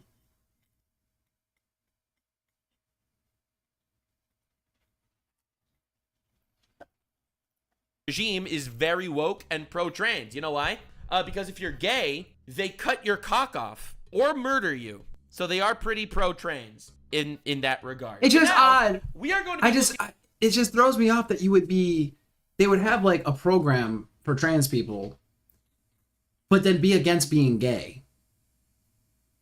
It's interesting, and I want to dig into this more. This is something I'm going to be like investigating, I think, because it just seems like the other would be easier to accept.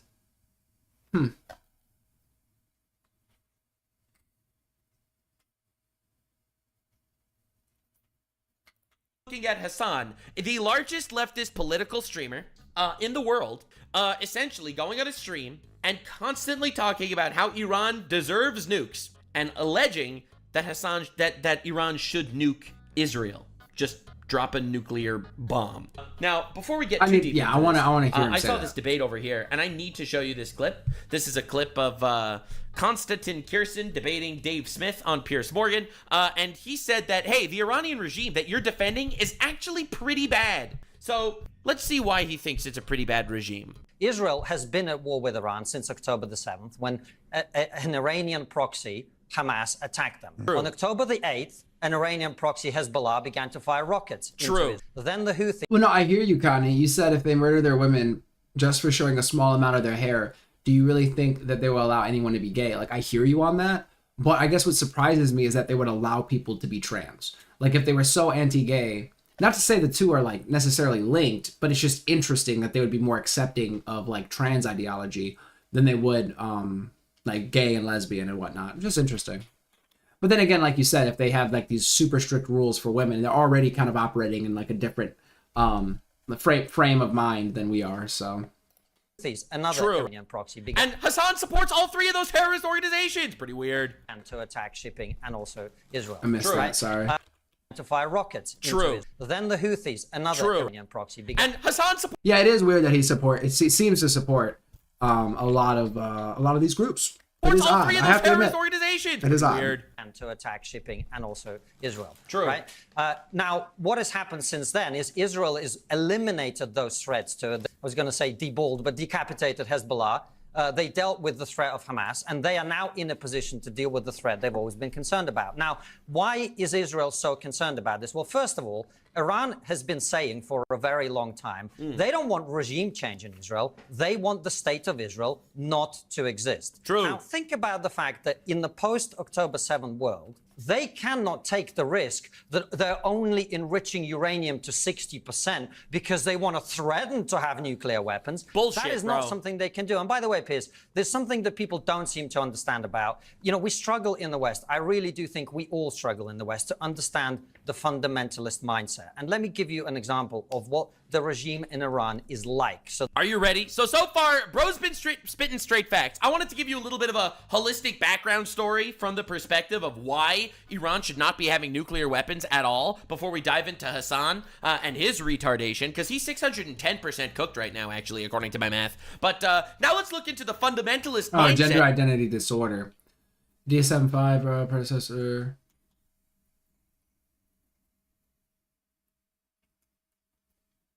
They're not okay with trans so much as it's treated like a way to quote-unquote correct gay people. You'd better end up properly. Oh, okay. I mean, I guess I could see that. Interesting. Or maybe I meant 6. Sorry. I don't know what's 5. The individuals that are born with both parts are, in my opinion, the only ones that should have gender dysphoria. I mean, I feel for them too, right? Of Iran. Let's see if they're actually kind of good guys. Maybe they just don't like Jews a little bit, but they're kind of good guys aside from that, maybe. Let's see. So that we can all understand what the threat here is. After the Islamic Revolution happened in Iran in 79, the war broke out between Iran and Iraq. And in that war, Iran was at a disadvantage. It was militarily backward. It wasn't financially able to deal with it. All right. You know what they did? They attempted to mitigate that by recruiting as many child soldiers as they could. Didn't know how, we don't know how many because they didn't bother to count, but it's child hundreds of soldiers. thousands. Not Now great. we can agree. Not great. Hundreds of thousands of child soldiers. Obviously not great. Not cool. Are we all on the same page? Are we all on the same page? Well, don't worry, boys and girl. It gets so much worse. Definitely subscribe to traumatize you and also give you facts on the ground. Definitely subscribe if you enjoy his content, though. Nuxanor. And Paying because credit. some of them were too young and too weak to fight, they didn't send them to the front line. Oh. They sent them to sweep minefields with their own bodies. That is what this No. regime does. Now, Yo, that's hard to believe. I mean, it's just so fucked. It's just so fucked. Like, if that's the case, wow. Fuck them. If those It got much less cool, by the way. Are we on the same page? That is this insanely fucked up regime, bro. That's insanity. people are willing to do that to their own children, 9, 10, 11, 12-year-olds, what do you think they would do to the children of their enemies if they get a nuclear weapon or if they get close to, or if they're allowed to continue funding proxies around the Middle East in order to attack Israel as they've already done? He spat facts. Okay, he spat unbelievable facts. Now, the reason why I wanted to show you this clip is because Iran says death to America. They say they want to wipe out America. They say they want to wipe out Israel. If they're willing to use their own children as living minesweepers, where they would blow themselves. I mean, if that's true, then I would definitely take them their threat serious when they say they want to destroy whoever, because man, that sounds like they're going to great lengths.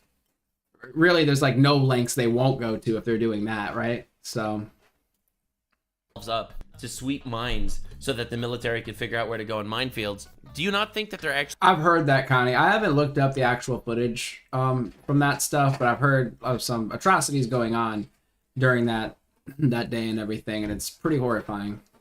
being serious about the threats that they're making to other countries? Not to mention the fact that Iran tried to assassinate President Trump twice, according to the Department of Justice, at least twice. Yes, they are absolutely a threat. They should not be given any power, and anyone that actually thinks they are is an enemy to the United States. Like Hassan Piker. Anyway, lock in, boys and girls. You're about to see the biggest, most fucked up, retarded Hassan Piker content of your life. Now, a lot of people talk about Hassan from the perspective of drama. As you know, I do the deep dive no one else does. We are about to fuck this man unconsensually. Jeez. I mean, he's laying it all out there. That's why I'm even iffy to call it drama, because I feel like this extends past drama content. Donald Trump has been going nutty mode, talking big on the timeline. As you know, yesterday he urged the evacuation of Tehran, which is an incredibly large city. I believe. Very nice of Trump, right? He told people to leave Tehran so that they don't get hit as collateral damage. That's pretty nice. Unlike Iran, who purposefully targets hospitals and civilians, currently That's Israel crazy, is only Connor. targeting Jeez. the nuclear reactors and ballistic missiles. So that's pretty cool. I believe it's I think it's cool if we're like really only targeting exactly what we said we were trying to take out, right? I mean, not hitting civilians or, you know, ideally trying not to. By some estimates, people say like Or there's like 12 million overextending. people. Some people say even more. In the greater Some people say even more. The article itself shows 10 million. Some people say even more. metropolitan area, there's like at least 9 million people. You are not going to be able to evacuate 9 million, 15 million in the metro area. You're just not going to be able to do that. And Yeah, and you see, the thing is, it doesn't even matter because it's not like they fucking dropped a nuke on Tehran, bro. people have been locked in. Some people have already started moving out of Tehran. Based. Why should they stay there? And there's nowhere to really go because What does that mean there's nowhere to really go? Dude, Iran shot 1,000 missiles into Israel residential cities, and he's like all cool with it. But people evacuating a single city in Iran, that's too much. That's way too much. Like, dude, it's crazy. I wasn't where taking are you it quite supposed to like go? that. They don't have gas. Israel hit the. They don't have Okay, never mind. gas in all of Tehran, in all of Iran, one of the biggest oil manufacturers in the world. They have no gas. Largest oil depot in Tehran already. So people are having a hard time getting gas, and people are having a hard time leaving the city to begin with. And Donald Trump is traffic. There's traffic. One of the biggest oil manufacturers in the world. They I'm have sorry, no I'm gas. largest oil depot in Tehran already. So people He's are saying they having a hard destroyed the oil depot, but like oil and gas, those are two different things, right? You still have to refine it. So unless we took out, but whatever. You said they killed 200 people that day and took 251 hostages. Only about 20 something are alive. That's wild. I know some were returned from my understanding, but a lot of them perished. Time getting gas, and people are having a hard time leaving the city to begin with. And Donald Trump is traffic. There's traffic. There's traffic. I mean, that's what's going to happen. Like, if you had to evacuate any city, it's going to be a fucking shit show, regardless. If you said, hey, evacuate this city, it's going to be a shit show, no matter what city it is, right? Guys. Over here making threats like he's going to assassinate every single person. Like they're based. First of all, he never said that, but also based. He never made that threat. He claims sky over Iran is under complete and total control. That's what he said. Does that at all sound like he tried to assassinate every single person? Yeah, like Mr. what? Fearmonger That doesn't bullshit. make any They're sense. just going to drop a nuke on Tehran or something. Yes, is that Well, no, I don't think they just, I mean, you're letting them know to leave. Like, what do you... really what it sounds like? Fucking parasite? It's a bit, yeah, that's a bit over the top. Terrorist supporting retard? This guy's a demon. Like, no one ever threatened dropping a nuke on Tehran. It's so... You know who did threaten dropping a nuke, though? Tehran! He's like, oh my god, I can't believe Trump would make a threat. No way! A threat? Trump is gonna make a threat against the enemy that literally tried to assassinate him more than once? Is Trump really making threats? Motherfucker, you retard. Bro, they have been making threats for the last 46 years in Iran. Hello? They've been saying death to America. We're gonna make a nuke. We're gonna fucking nuke you. They literally have been saying this. They've been chanting it in the streets. Insane. Like, Americans, we do not understand this feeling. We will never understand this feeling because there is no force as powerful. But the Israeli feeling of unbelievable amounts of terrorist attacks and threats against Israel, that Hassan fully understands. Like, there's no force on the planet that can threaten us in the same exact way. Not even China, at least right now, cannot threaten us in the exact same way where they've like designed the entire rules of warfare. And fuck yeah, go America. America's awesome. America's the strongest country in the world. Fuck yeah, love America. What's your point? and international rules and law and order to suit their purpose and can strike and do genocidal yeah, I'd things say with it's not threats. Some people have mentioned threats. I'm like, guys, we have past threats. It's pretty obvious we are in the action at this point. So genocidal things, motherfucker. They are bombing nuclear power plants. And yeah, I'm so sick of people saying genocide for everything. And it's like, dude, what are you talking about? Ballistic missiles factories, while intricate. Again, if you were like hitting a bunch of civilian places or, you know, something along those lines, if you weren't saying, hey, evacuate, if you weren't doing those things, then I'd say, okay, you have more of an argument. But just like, if you're taking out specific key locations that have to do with your mission, I don't see how that, and the mission is to like stop a nuclear program. I don't think that that is a genocide. Targeting and assassinating enemy generals. How is that genocidal? Yeah, like, right? It doesn't, to this guy. yeah, it doesn't make sense. Oh my god, I can't believe you just genocided the chicken wings, bro. Can't believe you just genocided all those chicken wings. Oh my lord. Like, there's no comparison, which is why we can't comprehend what it's like to have like normal people have no say in what happens in their own lives. What the fuck are you talking about? Like, literally, what are you talking about? This is what I mean. I think this is the kind of stuff, it just makes it difficult for me to watch him because it's just like, I'm like, I just don't even know what he said. To have like normal comparison, which is why we can't comprehend what it's like to have like normal people have no say in what happens in their own lives. What the fuck are you talking about? Like, literally, what are you talking about? No control in their own lives. Dog, you know, this could have been solved if these people would have not developed nuclear weapons. I mean, his point is that like the regular people, you know, are kind of caught in the middle, which I agree that they're caught in the middle, but it's just, that's true in every situation. Like, there's always gonna be people caught in the middle. It's like on both sides, right? Something that Donald Trump, yeah, she had that problem too, Miss Harris, might be saying simply because he thinks it gives him an upper hand in this negotiations process is. Now, granted, this is before, if I'm not mistaken, yeah, because this was at least a day ago. I want to see the takes from basically today, now that this has all gone down. But you know, give their videos time to settle, right, before we react and all that. But yeah, it's interesting seeing this now after what we know has happened. Ultimately, so consequential for millions of people. Oh, he made a tweet saying evacuate the city. It's so consequential for millions of people. Bro, they're at war. Hello? There were 2 assassination attempts on Donald Trump from Iran, according to the Department of Justice. Iran has been That's crazy. saying death to America every day for the last 40. But if that's the case, how are we not already at war with them? Like, if a country tries to assassinate your leader, or like the leader of the United States, would that not like start a war? Does that not start war? I mean, he could retaliate, right? 6 years. But Trump making a tweet telling people to evacuate Tehran is going too far and causing mass panic? You fucking terrorist apologist simp. It's terrifying. I hope you guys can maybe close your eyes for a brief moment. All right, let's do it. Let's do it. Closing our eyes. Recognize the humanity of the Iranian people and Sure. recognize how devastating this kind of statement is. It must be devastating for the Iranian people, too. Yeah, However, they've I'm been chanting confused. death to America for the last 46 years. Again, not all the civilians, and I do feel bad for any civilian that's caught up in this. Of course, it's like it goes without saying, like, right? I mean, I would think if you're a reasonable person. But that doesn't mean you don't actually fucking stop a country from getting nuclear weapons, asshole. Without simply talking about how big, bold, and brave and Connie says, well, the Iranians were trying to get out. The proxies were down the street blocking the road so they couldn't get out. That's interesting. I mean, that's the whole human shields argument, right? You know, that it's possible.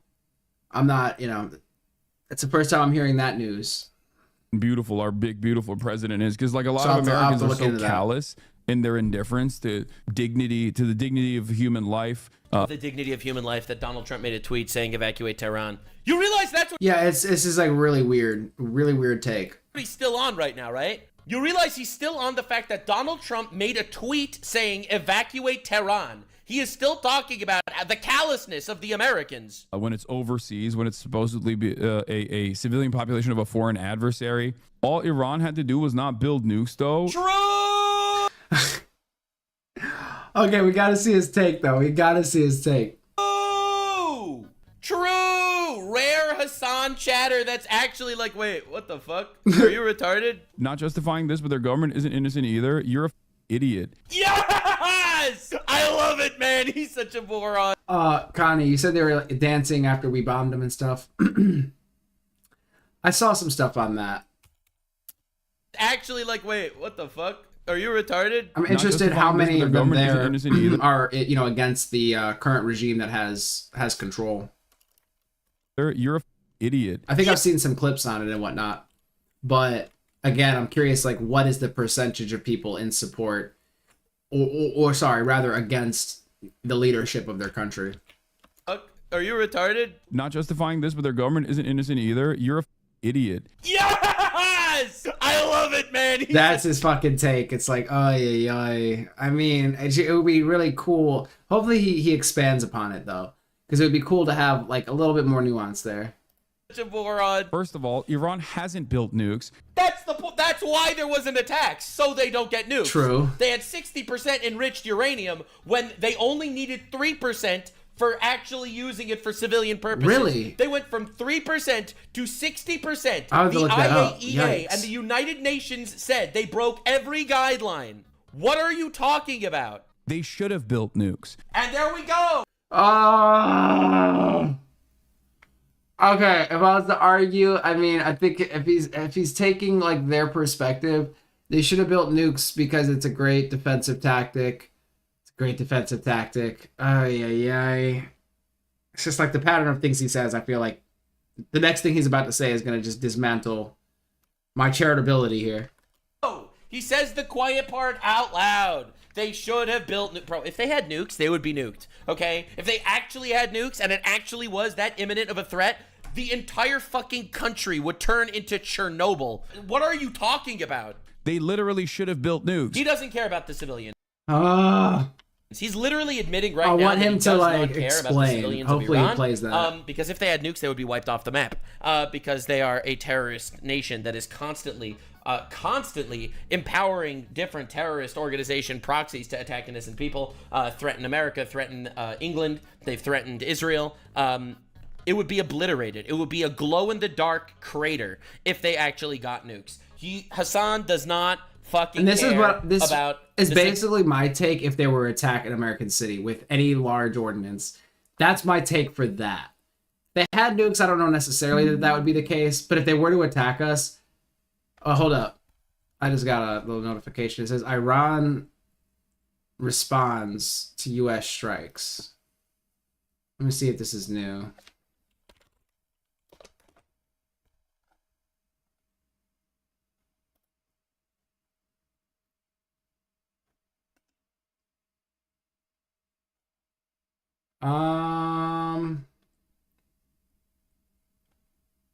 Damn, I'm trying to see what that was. We'll circle back on it. Civilians anywhere. You have to remember this, okay? You have to literally remember this. He doesn't care about the civilians in Tehran. He doesn't care about the Palestinians in Gaza, okay? If he did, he wouldn't support the terrorist organization Hamas that started the war and that also murders their own people and starves their own people for the sake of propaganda, as we've covered in the past. So this guy's a retard. Because if Iran had built nukes, all right, Donald Trump couldn't say, Tehran, clear out. No, he would have just nuked Tehran. He literally, the number one thing Trump has been saying about Iran for the last 20 years is they cannot possess a nuclear weapon. So ironically, it is actually the government's incompetence, I would say. Yes. The terrorists should get nukes, Hassan says. That has caused them to try and play ball with America and play ball with the Western world over and over again as the Western world has slapped them around. Can Donald Trump tweet out, Moscow, clear out? Yeah, and if they're saying all that stuff, yeah, I would definitely have to say, yeah, we kind of had to stop them from having the ability to do that, right? I mean, it just kind of makes sense. You can't have people saying those things and then getting their hands on those types of weapons. I can make the argument from their side of like, yes, of course, it's always good for your country from like a military standpoint to have access to those weapons. But obviously, you know, being an American living over here, I probably want what's best for us and then the world, right? And I would rather us not be on the receiving end of a nuclear weapon, if that were ever possible. So, yeah. No. And call the next big Satan. Yeah, I heard that one too. Moscow made threats, death to America on the constant. When's the last time Russians killed 1,000 Americans? Because Iran did it. Over the last 46 years, Iran killed 1,000 Americans through themselves or proxies. So, yes, motherfucker, what are you talking about? Obvious. Also, you're completely retarded. Not. Russia specifically doesn't want to use nukes because they know if they will be cooked. Iran desperately wants to use nukes. Russia has done a metric ton of damage to Ukraine. So why can't Donald Trump say... And notice they didn't use nukes. Notice they did not use nukes. You know why? Because if they use a nuke, it's going to cause them to get slapped. Oh, they'd get cooked. Iran directly wants to use nukes. Hey, Kremlin. It's just hard to believe that Iran would want to do that. Like, they might want to, but just strategically, it seems like it's really just ensuring your own destruction. I can't even say mutual ensure destruction, depending on what their target is. It's just going to ensure your own destruction. I don't know why you'd want to do that. It just doesn't make sense. Clear out. Why can't they say, hey, DPRK, clear out. Pyongyang, clear out. They're not at war? What are we talking about? They're not at war. Huh? Why can't they say that? Oh, that's right, because they have nukes. Okay? That's it. You gotta have nukes. If you want to have... If you're a terrorist that wants to commit acts of terrorism... He's not wrong in the sense of, like, if you want to have power, you have to have nukes. I mean, in the general sense, he's right, but it does seem like he's almost taking the side of Iran, which is, like, very weird.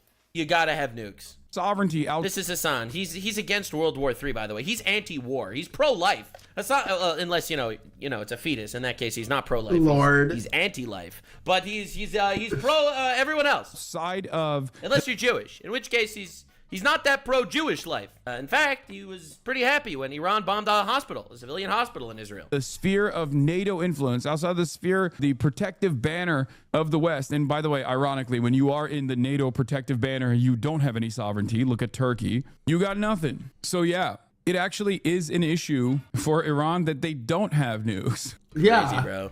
Obviously, I could see it being an issue for them, but do we care? I mean, obviously, it's like, yes, it's in the interest of a lot of countries, I'm sure, to have nukes if they could. But we've kind of said you can't. So, you know what I mean? Like, what's your point? Is that none of this would happen if Iran actually stopped their nuclear program and didn't make nukes. If they just stopped their nuclear program, there literally would not even be this war. This war happened because they were... Oh, I pause it? Refused to capitulate to the demands of the entire world. Even Putin is against Iran right now. because they shouldn't have nukes. Iran's regime wants to make nukes. That is why they built a fucking nuclear facility 100 miles underground, or however deep that fucking shit is. I don't think it was 100 100 miles. miles. I think they said 300 feet, but I could be mistaken. They should have. If they did, the region would be. If it was 100 miles underground, trust me, there would be. I don't think we would have a weapon that could even come close to touching it. So more stable. Yeah, they have no The nukes. region would be more stable if the #1 cause of all terrorism in the region had nuclear weapons. Bro, what are you talking about? Hezbollah, the Houthis, Hamas, they are all literally Iran proxies. You really think if they had nuclear weapons, the region would be more stable? Dude, the region was stable before 1946. I mean, before 1979, 46 years ago. Before the current Iranian regime, it was a relatively stable area. It's because of the current Iranian regime that the place has been a hellhole. They've been 3 years away for 35 years because they're not building them. Anyone who's buying this narrative is either politically illiterate or one of the new age conservative Zoomers too young to know the history. He's gonna say, I know. No. I know. You're wrong. The United Nations confirmed it. The IAEA confirmed it. What are you talking But a lot about? of people, Bro, I've heard on Trump both said, sides say that, like, oh, we've been hearing this forever. So, make a deal. You have 60 days. Why didn't they make You a said deal? watch TBN Israel. Is that like a If they didn't network? actually want nukes, why didn't they make a deal? Huh? Because they were trying to get nukes. Just like the United Nations said. Complete retard. Dude, actually 100% retard. It's insanity. It's crazy. Look at this guy. How do you sit there on your stream and spend an hour yelling at your chat about why the terrorists should in fact have nuclear weapons? No one should ever take this guy seriously. Iran has been 3 seconds to midnight on the nuke stuff for the past 35 years. This is like the classic talking point by someone that's a complete illiterate retard or someone who's actually malicious. Because the reason why they didn't have nukes at any point over the last, 20, 30 years is because they kept having things go on. Trump enforced sanctions, Obama enforced sanctions. Israel used their Stuxnet computer virus to stop them in 2004. There have constantly been things to stop them and slow them down. But now, for the first time in history, the United Nations and the IAEA both have confirmed that they are enriching uranium to 60% capacity, which is 90% of the way to actually making weapons-grade nukes, okay? They had enough uranium, according to the United Nations, to make 9 nuclear bombs, okay? There kept being wrenches thrown into Iran's nukes all of the time. However, never enough to actually stop it. And that's like the concern here. And one of the reporters asked that, like, do you think you actually destroyed everything? Because otherwise you are just resetting the clock again, right? So you either have to regime change or you have to destroy everything. And again, if the regime is still there, eventually they could try to secretly build it up, right? Speaking to Connie, you said there's something now talking about Britain prepares to join the war. I was trying to pull up something through that source, but I ended up just typing in Britain in this circumstance. The Sunday Times says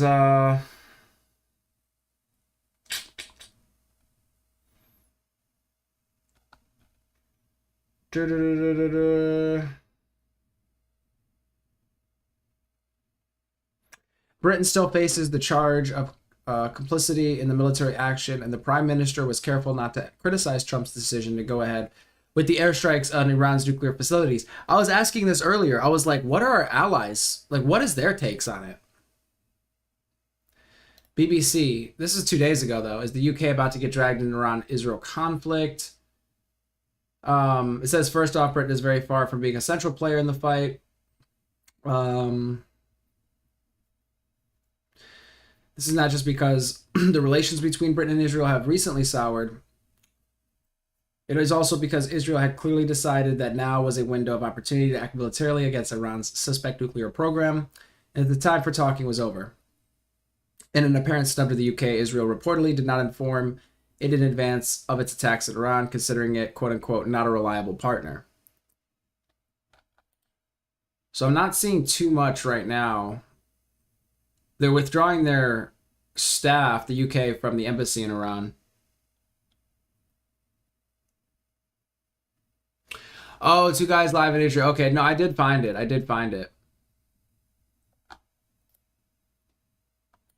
I think I found the one. So to continue supporting Israel and help us create more videos like this one, we need your investment. Invest in the truth and don't lie. Visit the link. I'll definitely give it a sub and removing the circle back here. I mean, are they live right now? I'm just curious. Yeah, not too much going on right now, but I will circle back with that one because I think I found him.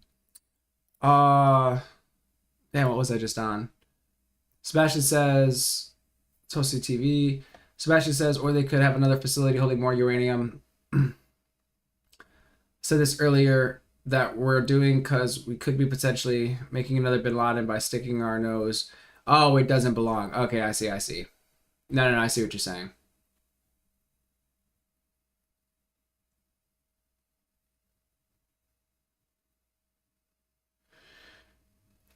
So it seems like you're kind of against this. Are you sort of against this action being taken?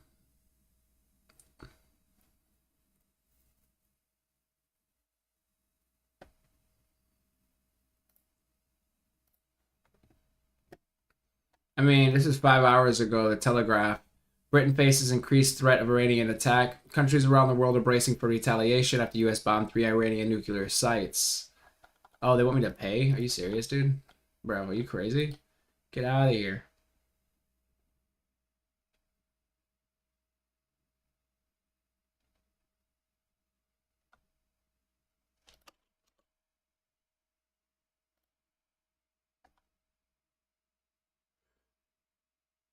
UK moving military equipment to Mideast to protect its interests.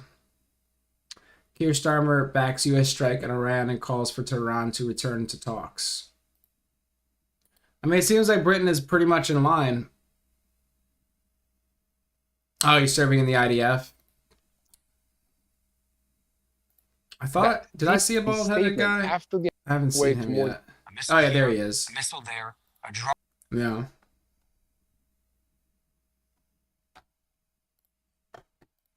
So it kept happening again and again and again. Currently, even the United Nations agrees about this. Every country in the world agrees with this except for North Korea. North Korea is the only country that's actually supporting Iran right now. Even Russia is anti-Iran getting nukes. Okay? America, Japan, Argentina, I feel you on that, Sebastian. England, France, Canada, Germany, they have all released statements saying Israel is doing the world a favor by stopping their nuclear shit. Nux, what are you talking about Russia? Russia openly worked with Iran? Yeah, no, they did openly work with Iran. Their suicide drones that they've been shooting into Ukraine have come from Iran. Ironically, this is helping the Ukrainians a lot as well. However, even Putin didn't want Iran to get nukes. Chatter. Even China doesn't want to do anything about this.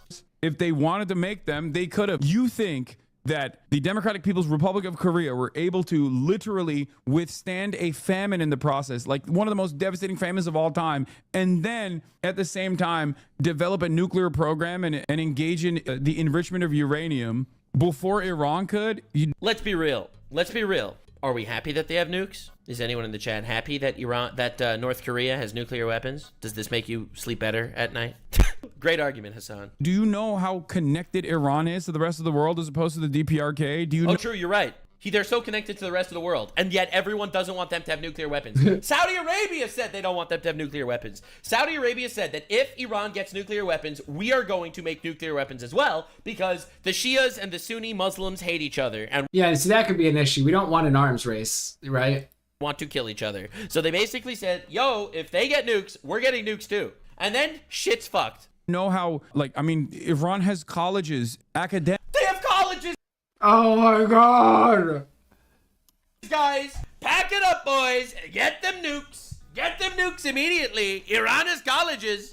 People that actually, regardless of the government being treated as a foreign adversary, free travel. There's free travel and colleges. Yes, sir. I wonder why. Yeah, it's not the strongest takes. I don't understand what his point is. I'm just lost. We hate them. I wonder why we are just unilaterally against them. Could it be the fact that maybe they tried to assassinate Donald Trump twice over the last year? Or, at least twice. What's the insinuation. Like if they didn't have colleges, then it's like, okay, it's okay to bomb them. It's like, wait, what? Like, I don't understand. The Department of Justice, or maybe it could be them breaking sanctions and enriching uranium. Maybe it's the fact that they actually sponsor terrorist organizations across the Middle East and the world. I don't know. Maybe it's some of that. I don't know. Maybe it's the fact that they directly help North Korea and Russia in their relatively unethical situations that some people could argue. I don't know. Maybe it's that. Maybe it's the fact that they murder women if they're No, sure, Sebastian. I totally get you. That's the thing. I totally get it. But I mean, we're over here, so it is just kind of what it is. I mean, we could shake our finger. We only get so much information. What we're told by our government. Let's hope that our best interests are in mind. There's probably a lot of shady stuff going on. But I could understand why other people would be like, oh, they're the terrorists because they're over here messing with us and they don't have any business being here. It's totally understandable. It's like we kind of act as world police, which is kind of like, it's like, what right do we have to fly into another country and tell them, hey, you can't have this, and if they try to make it, we destroy them. It's like, well, who are we? Well, strategically, though, if I was the one sitting in like the situation room, or, I'm like at the chessboard, so to speak, I would probably try to stop them too from getting nuclear weapons. I mean, if that's actually what the reasoning is, because you want to make sure that you just keep your power, right? I mean, it just kind of makes sense strategically, right? So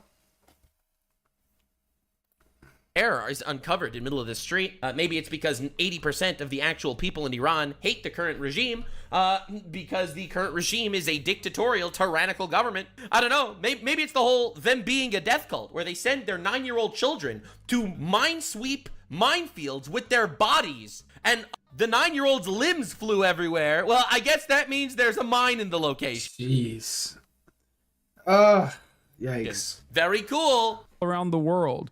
Espionage capabilities. If Iran wanted to make nukes, they would have made them by now. No, they wouldn't have. I know, not laws. We're listening to your favorite creator here. They've been trying. Honestly, they probably should have made And there's Hassan Piker. Yes, the terrorists should have nukes. them by now. I think a lot of people are maybe too young or too oblivious to the That's us. We're just young and oblivious to the reality of how this like nuclear proliferation conversation has gone on. Oh. Like, I mean, I joke. There's the Hassanabi doctrine, but it's a joke, but it's also real. All right, get ready for the joke that's also real. Schrodinger's Schrodinger's joke. If it goes over poorly, it's a joke. If it goes over well, then that is real, right?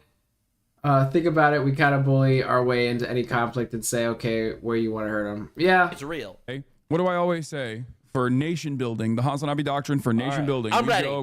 Are you ready? Presented as a meme, but like it's. Are you ready for the meme joke that he 100%? Yeah, I'm curious. I'm at the edge. Real. Rule number 1: get nukes. There we go. What if you're a terrorist? It doesn't matter. Get nukes. Rule number 2: never give up the nukes. Even if you're a terrorist, don't give up the nukes. Yes, sir. Will America bomb you? We don't care. Just don't give them up. Rule number 3: if Western powers claim you have nukes, drop everything and get nukes immediately. Fantastic doctrine. I mean, I'm just saying, a doctrine in terms of like, it just makes sense. I'm saying military-wise, it does make sense. For defending your country, it's much harder to invade you when you have nukes, right?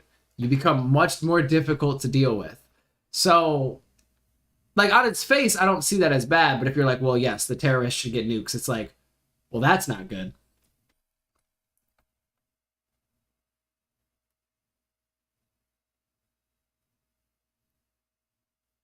So I got you, bro. We got you back, yeah. You've definitely you've solved all drama in the Middle East. Yes, sir. When America says don't get nukes, try making nukes. Well, it didn't work out for Iran because currently Iran is getting fucking obliterated. Yeah, because America told them don't get nukes, and they were like, let's follow the Hassanabi doctrine and let's get nukes. And now they're bombed to oblivion, and their entire fucking government has been literally eviscerated. So turns out you're retarded and you want war. Turns out you want war. You just want a war where the terrorists actually have nuclear weapons. That's the difference between Hassan and everybody else. Because once they say you have nukes, even if you don't... I take it you're anti-Israel, not Los? ...have them, if you don't ever get them, that means they're just going to destroy you. That is the most retarded take of all time. If Iran didn't have 60% enriched uranium, this shit would not be happening right now. Ukraine is a great example of a country that gave up its nukes. Look at what's going on with Ukraine. Libya is a country... Dude, if Ukraine had nukes, Russia would nuke them.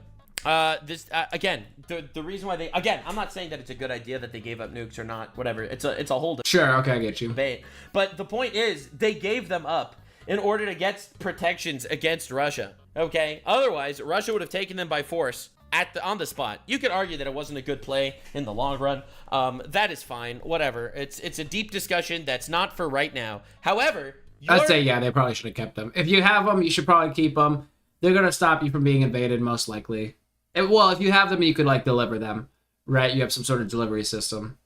A bitch if you want actual terrorists to get nukes. Iran is not the same as Ukraine.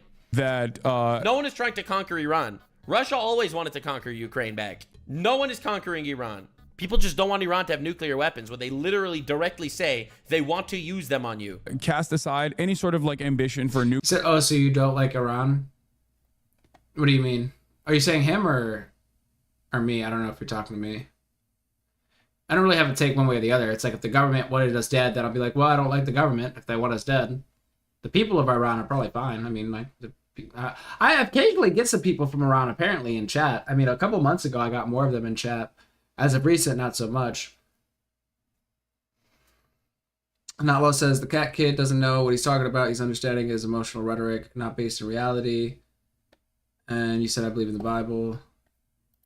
Nuclear proliferation, and America still claimed that they had nukes, and they didn't. And look at Libya now. Iraq, UMDs. Oh, they have yellow cake, enriched uranium, UMDs. We have to go in and we have to check it out. So what's the solution? The solution is Iraq should have gotten nuclear weapons? You really think that would have made it better? Iraq didn't have nukes. I say this as someone... They never said Iraq had nukes. Never. Who was an advocate for denuclearization universally. This is the most, based take of all time. He's completely correct. He is completely correct. It would be nice if we lived in a world where no one had nukes. Right? Wow.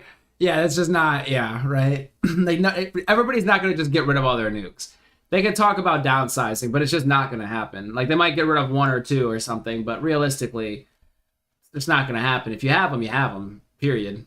So true, Hassan. Wow. It would be so nice if we lived in a world with no rape. What do you think, guys? What do you think, guys? Nice. Should we just decide to live in a world with no rape? What about no racism? Well, racism is kind of fun sometimes, so I don't know about that one. But what about living in a world with no diarrhea? Wouldn't that be cool? Like, no, just imagine a world no one gets diarrhea. See, this is retarded because we live in reality. You can't just sit there and say, oh, I'm anti-war, I'm anti-nukes. We just shouldn't have nukes anywhere. Yeah, that's not happening. Yeah, it's just not a useful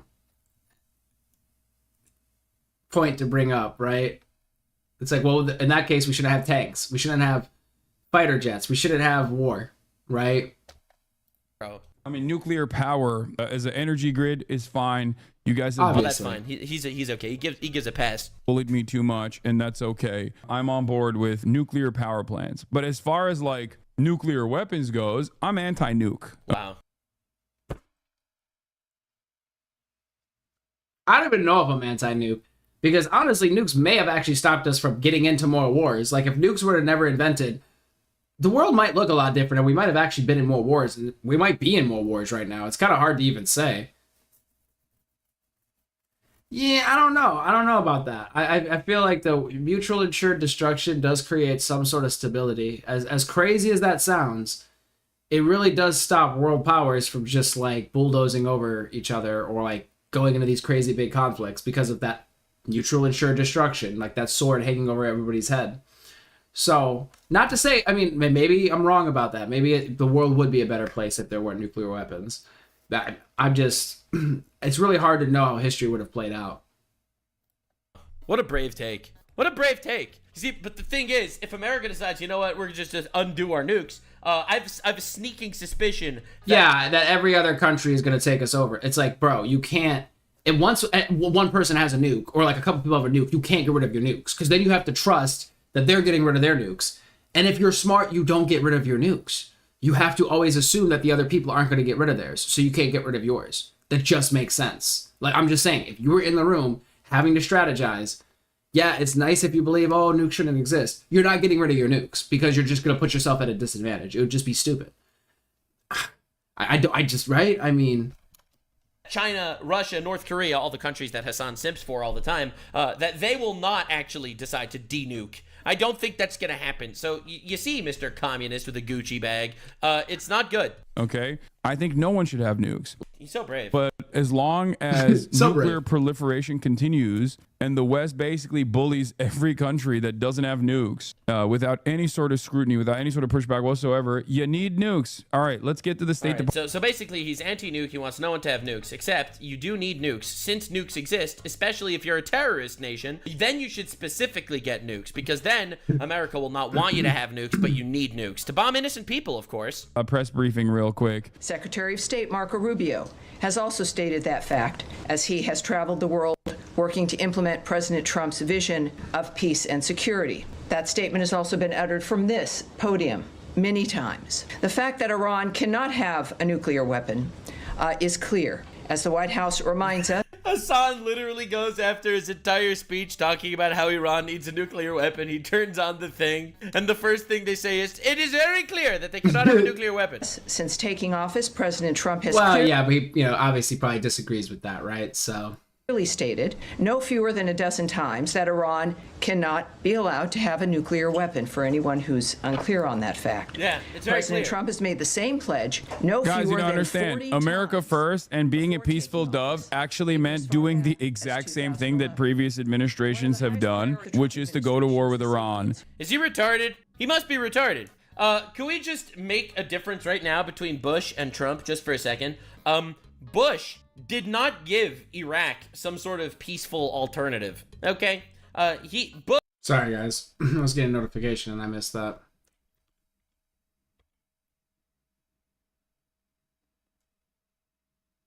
Okay, maybe it was like a fake notification. Don't mean to get distracted here. Which is to go to war with Iran. Is he retarded? He must be retarded. Can we just make a difference right now between Bush and Trump just for a second?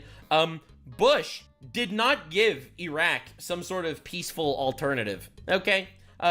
Bush invaded Iraq because they allegedly had, weapons of mass destruction and stuff like that. Trump gave them 60 days and still is holding off from actually going to war, even though literally they are getting obliterated from the air. America first actually means doing a decapitation strike on the supreme leader of Iran. Did that happen? Did that happen? It didn't happen. And also, yes, being America first is wiping out a guy that directly caused multiple assassination attempts on the president of the United States. I mean, that right? seems like a We're on the same pretty page? simple take. I mean, right? It kind of is to be expected if you were in that position, that you'd probably be, your head would be on the chopping block, right? Oh yeah, like I'm sure we funded a lot of bad things, or things that we thought we were funding something that was in our best interest, and then it kind of got out of hand and we lost control of it. Not laws. I have heard of those instances and whatnot. Obviously, it's very complicated, trying to instill puppet governments and regime changes and all that kind of stuff. I'm sure it gets very messy, right?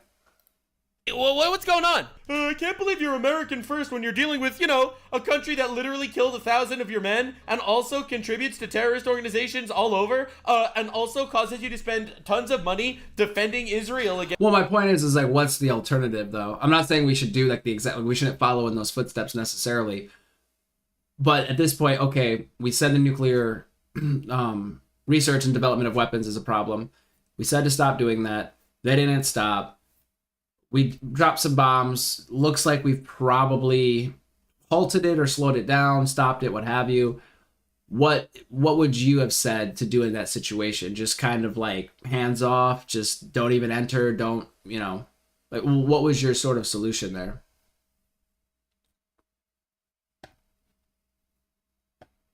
I don't know if you're going to respond, but I'm just curious.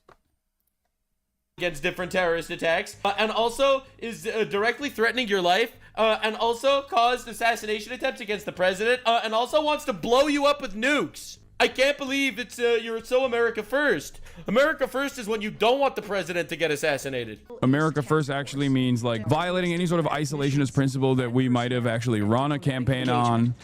He never ran a campaign on the isolationist principle. To be clear, he always said Iran cannot have nuclear weapons. To be fair, I mean, Trump did run a little bit on isolationist, but I mean, but to be fair to Nux's point, he also did also state that Iran can't have a nuclear weapon. But him always stating that, you know, Biden entered us into wars and conflicts, or rather, conflicts happened under Biden. We're not going to be, you know, starting wars under my watch, things along that nature. And now this is happening. It's like, I feel like both kind of have a point here. What Iran tried to do? You know what Iran tried to do? Get nuclear weapons. I want to recognize the State Department and other U.S. government teams around the world working under threat on behalf of the American people, particularly those in Israel and Ukraine, who spent another night sheltering in bunkers as they came under attack. Our priority is the safety of Americans overseas and here at home. It is the priority of Secretary Marco Rubio. It is the priority of everyone who works in this building and the thousands of American citizens who work anonymously and whom you will never see, who are working in embassies and consulates around the world and working with those local nations to be there for American citizens and to help facilitate American diplomacy. Our priority is the safety of Americans, yes, here at home, but also overseas. Abroad. We thank all of those working on behalf of the American people, all of you watching from home and from around the world. Hell yeah. We thank you. And from Look at all this transformative commentary that Nightbot needs Hassan's to calm been giving. down. for everyone around But no, it's true. She's right. the nation, we know and honor your work as we begin another briefing here, ready to take your questions. Nice.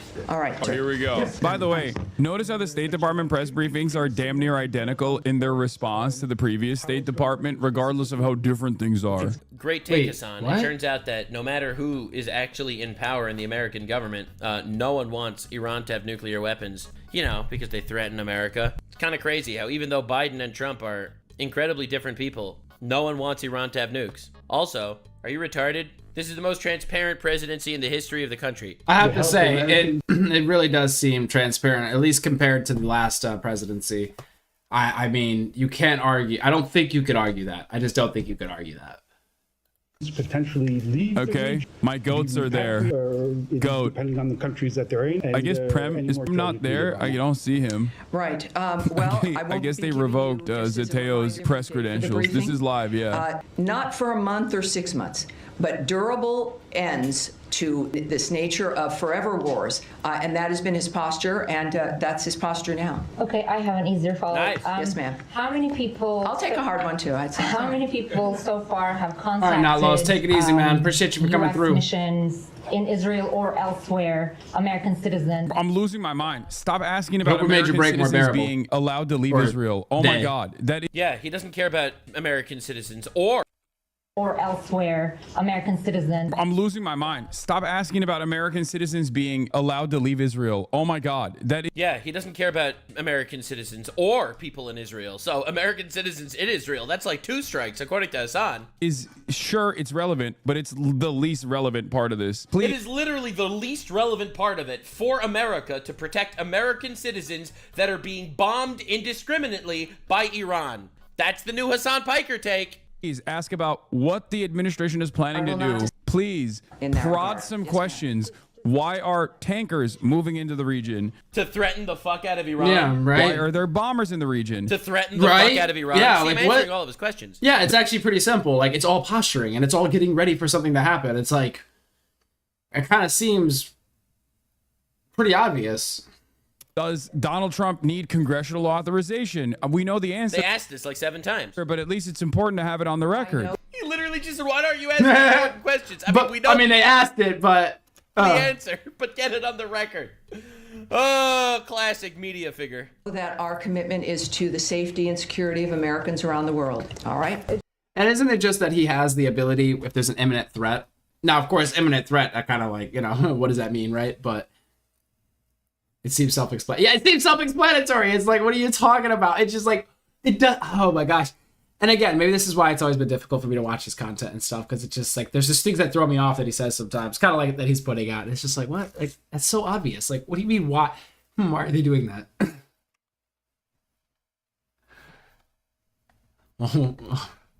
Yes, sir. Hassan does not care. He doesn't like Americans. He doesn't like Americans in Israel. So I mean, this is 2 strikes. Yes, sir. Go ahead. Tammy, would the U.S. government like to see regime change in Iran?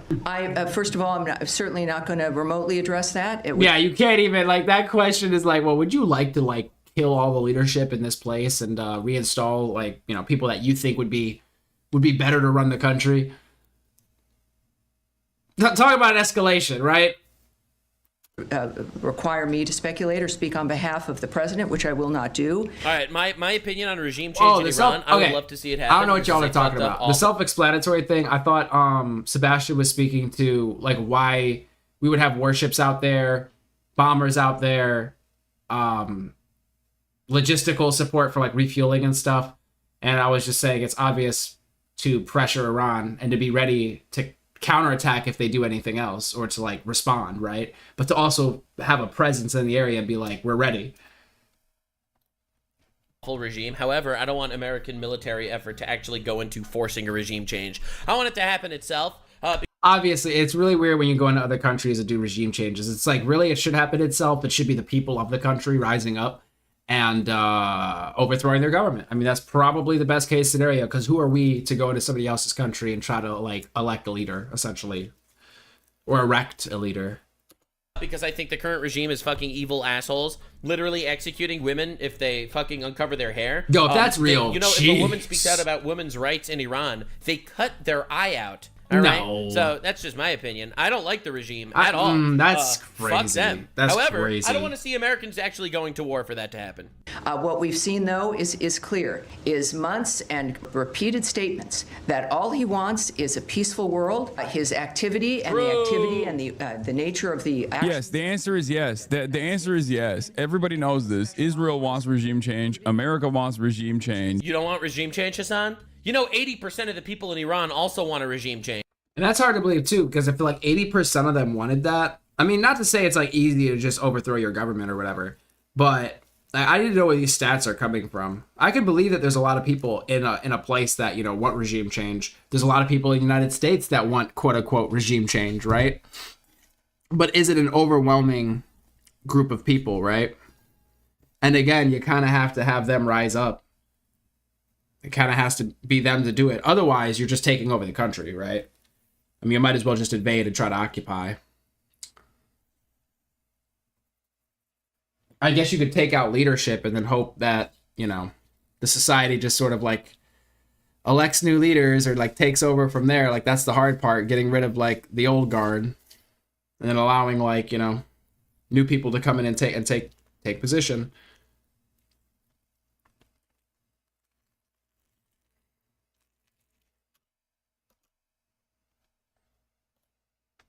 So let me get this straight. You don't want a regime change? You like the current Ayatollah regime that has been fucking propping up terrorist organizations and terrorizing their own civilians? They want it. The point is, will they try to... Do you want it? Admit it. You don't want it. You like the terrorists. Admit it. You get it by doing a decapitation strike. Who will they actually try to put in the position of power? Will a decapitation strike be successful? Okay. Trump's desire to handle the escalating conflict in the Middle East diplomatically is waning. Officials notice how he doesn't say anything. Familiar with the ongoing discussions tell the only one who actually doesn't want regime change in Iran is the terrorists. Pretty weird, huh? CNN, Trump is growing increasingly warm to using U.S. military assets to strike Iranian nuclear facilities. This is basically the same holding position, the holding pattern that we've been in. As I said yesterday, and I will keep repeating over and over again, all right, let's go. The situation is basically identical to Iraq.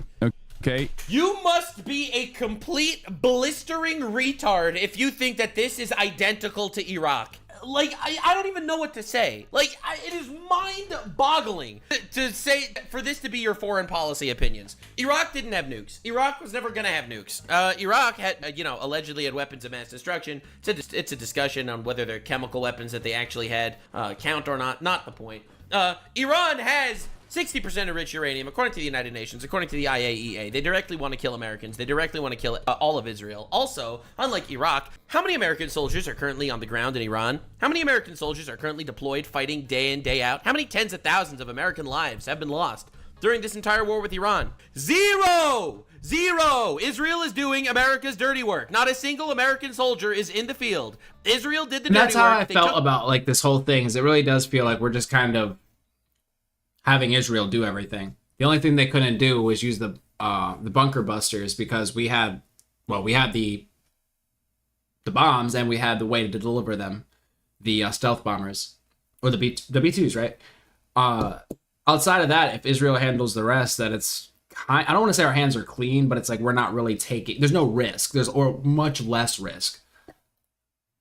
Took out the nuclear. We're not really putting our neck out there. That literally have been used to threaten everyone. You have to be a complete retard to think this is the same as Iraq. It is identical to Iraq. We are at the... It's not. It's literally not at all similar remotely. What are you even talking about? You've got to be fucking insane. Precipice of a fake reason, fake justification. Fake reason? Bro, they factually have 60% enriched uranium according to the United Nations and the IAEA and America and every single fucking country in the Western world. Okay? So first of all, no fake reasons. Second, and I think this is more important in some ways, in some regards, they started it. They started it. They got Hamas to attack Israel on October 7th. They started the fucking war, and they tried to assassinate the President of the United States. What are you talking about? According to the Department of Justice. You've got to be shitting me if you think this is the same as Iraq. UMDs, a fake pretext to go and wage war in an even larger country with an even more powerful military. Such a powerful military. Hassan clearly cares about the American soldiers right now. Yep, look how much he cares about the American soldiers. He cares so much, all the American soldiers that are going to die to the powerful military of Iran. You know, the country that used every fucking shit that they had, and it is a tragedy, and I'm not downplaying it. They murdered 14 Israelis, which again, is a tragedy. Every single loss of life is a tragedy. But bro, what are you fucking talking about? In mountainous territory that is basically designed geographically to be like a natural castle that will be... Natural castle, impossible to penetrate. If America fights, they might even lose. Are you retarded? Yeah, I'm just like, come on, man. It is weird that, like... This just seemed to always be on like that side. No, seriously, are you retarded? What are you talking about? And then chat's like, this is scary. Of course it's scary. Of course it's scary, bro. It's terrifying. Oh my God. Well, yeah, it was for those facilities that were apparently like 300 feet deep or something, right? We apparently dropped 14 of them, and then Trump came out and said all the other places are much easier for us to reach. So at this point, that's why it seemed to me, because I was asking this the other day on stream. It's like, well, if they need the explosives, but they don't have the vehicles to transport them, are we able to give them a vehicle or lend them a vehicle, train them on it, and then use it? And then people were like, well, nah, it's too expensive. It's just, too much of a risk. So I'm like, well, damn. I mean, then if we wanted to actually do any damage to them and stop those facilities, we would have to step in personally. And that's exactly what happened. But once those are gone, if there's no more need for things that we have that we can't lend out to others, Israel could pretty much do the rest, or we could just kind of like go hands off. So, I mean, yeah, Connie, that's exactly what I'm saying. You said it much more succinctly. Terrifying, guys. Wow, America's so cooked. Iran is really going to kick America's ass. Are you retarded, bro? What are you even talking about, bro? America doesn't need to deploy a single soldier on the ground. Okay? Exactly, and that was my point. It's like, we don't really have to deploy. It doesn't seem. Israel's right there to deploy if they were to need to. Not to mention you have all the allies. And then if we were to be over there, it would probably just be airstrikes and whatnot. I play a drinking game with the slurs, I'd be dead now. Yeah, I do not suggest doing a drinking game with slurs or whatever words you want to say. Bad words, we'll say, with Nuxanar. And in my opinion, they're not even going to do that. Incredibly costly in terms of human life and human casualties. Oh, really? Really? That's your prediction? Fucking warmonger retard? And remember, this is the guy that wanted Iran to have nuclear weapons. In Iran. He's such a fucking degenerate propagandist bitch ass motherfucker. He doesn't even... I mean, he has called himself a propagandist, to be fair.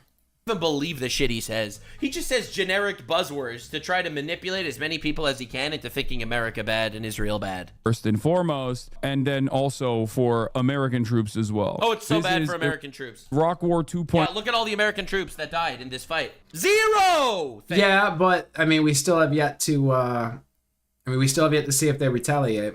Thank God. You know, coming from the guys who claimed that they were anti-neocon, coming from the administration that Dude, they said don't get nukes. They tried to get nukes. What do you think they were going to do? successfully ran and won, Nice Taiwan positioning trending. themselves as antagonistic to the Iraq war. But this time it's different.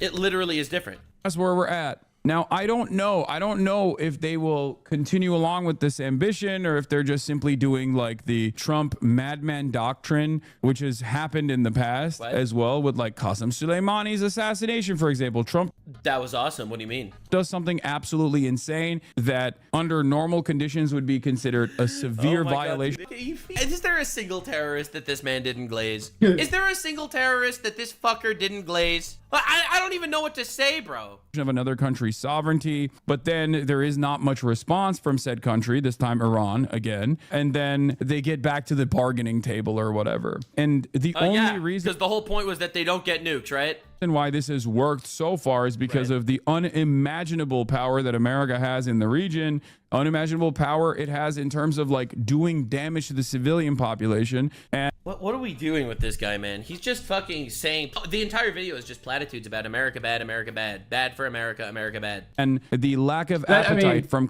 that is a lot of his takes and stuff. That's why it's just difficult. I wish he would just be more charitable, because then I could like at least take some of his points a little bit more seriously, right?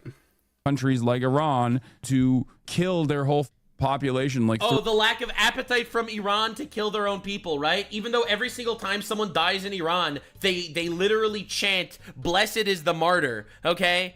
Bro, what are you fucking talking about, dude? Bro, the leader of Iran, Khomeini, is sitting in a bunker waiting for his 72 virgins that'll all look like Frogan, because they're going to be seeing him very soon. Dog, you're retarded, okay? There is no other way to say it. There is no other way to say it, bro. I'm sorry, man. He's actually insane. This is the nation that employed hundreds of thousands of child soldiers, where they used thousands of them to sweep minefields. Again, I don't know if those claims are, factual. If so, then wow. I mean, that's horrid. Their own bodies. You really think they care that much about their own civilians? They're oppressing 80% of their civilians. 80% of the people are anti the regime. Throw their population in the field of fire under American munitions. Iran's restraint is the only thing that has stopped World War III from unfolding. Yep, Iran is the only one that stopped World War III from unfolding. World War III would be here if not for Iran. Iran is known as the peacekeeper of the nation. Yeah, I don't know about that. Is that why they started up, Hamas, who indirectly killed everyone in Gaza, or 50,000 people in Gaza, as well as, thousands of Israelis, or Hezbollah, the people that contributed to the deaths of, 500,000 people murdered in Syria. Or what about the Houthis kidnapping random motherfuckers on boats, Filipino sailors? That was wild, What yeah. are you talking about? Yeah. I don't know who is paying you, bro, but you are 610% fucked. And it's not because of the brilliant calculations of Donald Trump. It's almost identical to like the way that Kissinger operated, bullying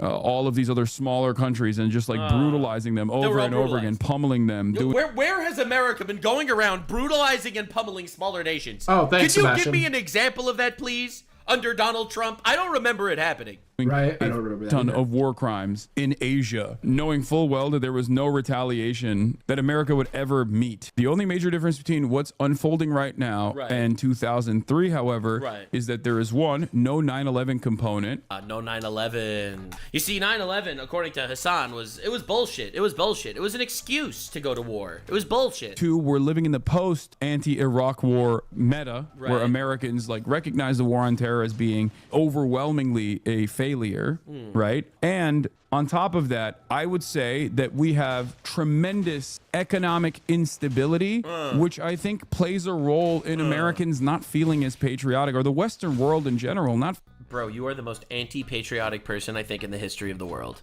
There's literally saying that if China invades America, you would defect to the Chinese overlords. You are anti-America in every possible way, and you are indoctrinating your entire audience into literally be fucking terrorists. You're indoctrinating the most anti-American motherfuckers of all time. You are the anti-patriotic motherfucker here. Feeling. And also, being that now apparently Hassan cares about patriotism, ever since Donald Trump, it's been the most fucking patriotic uplifting of people in America in years, by the way. Enrollments into the military and police forces are way up.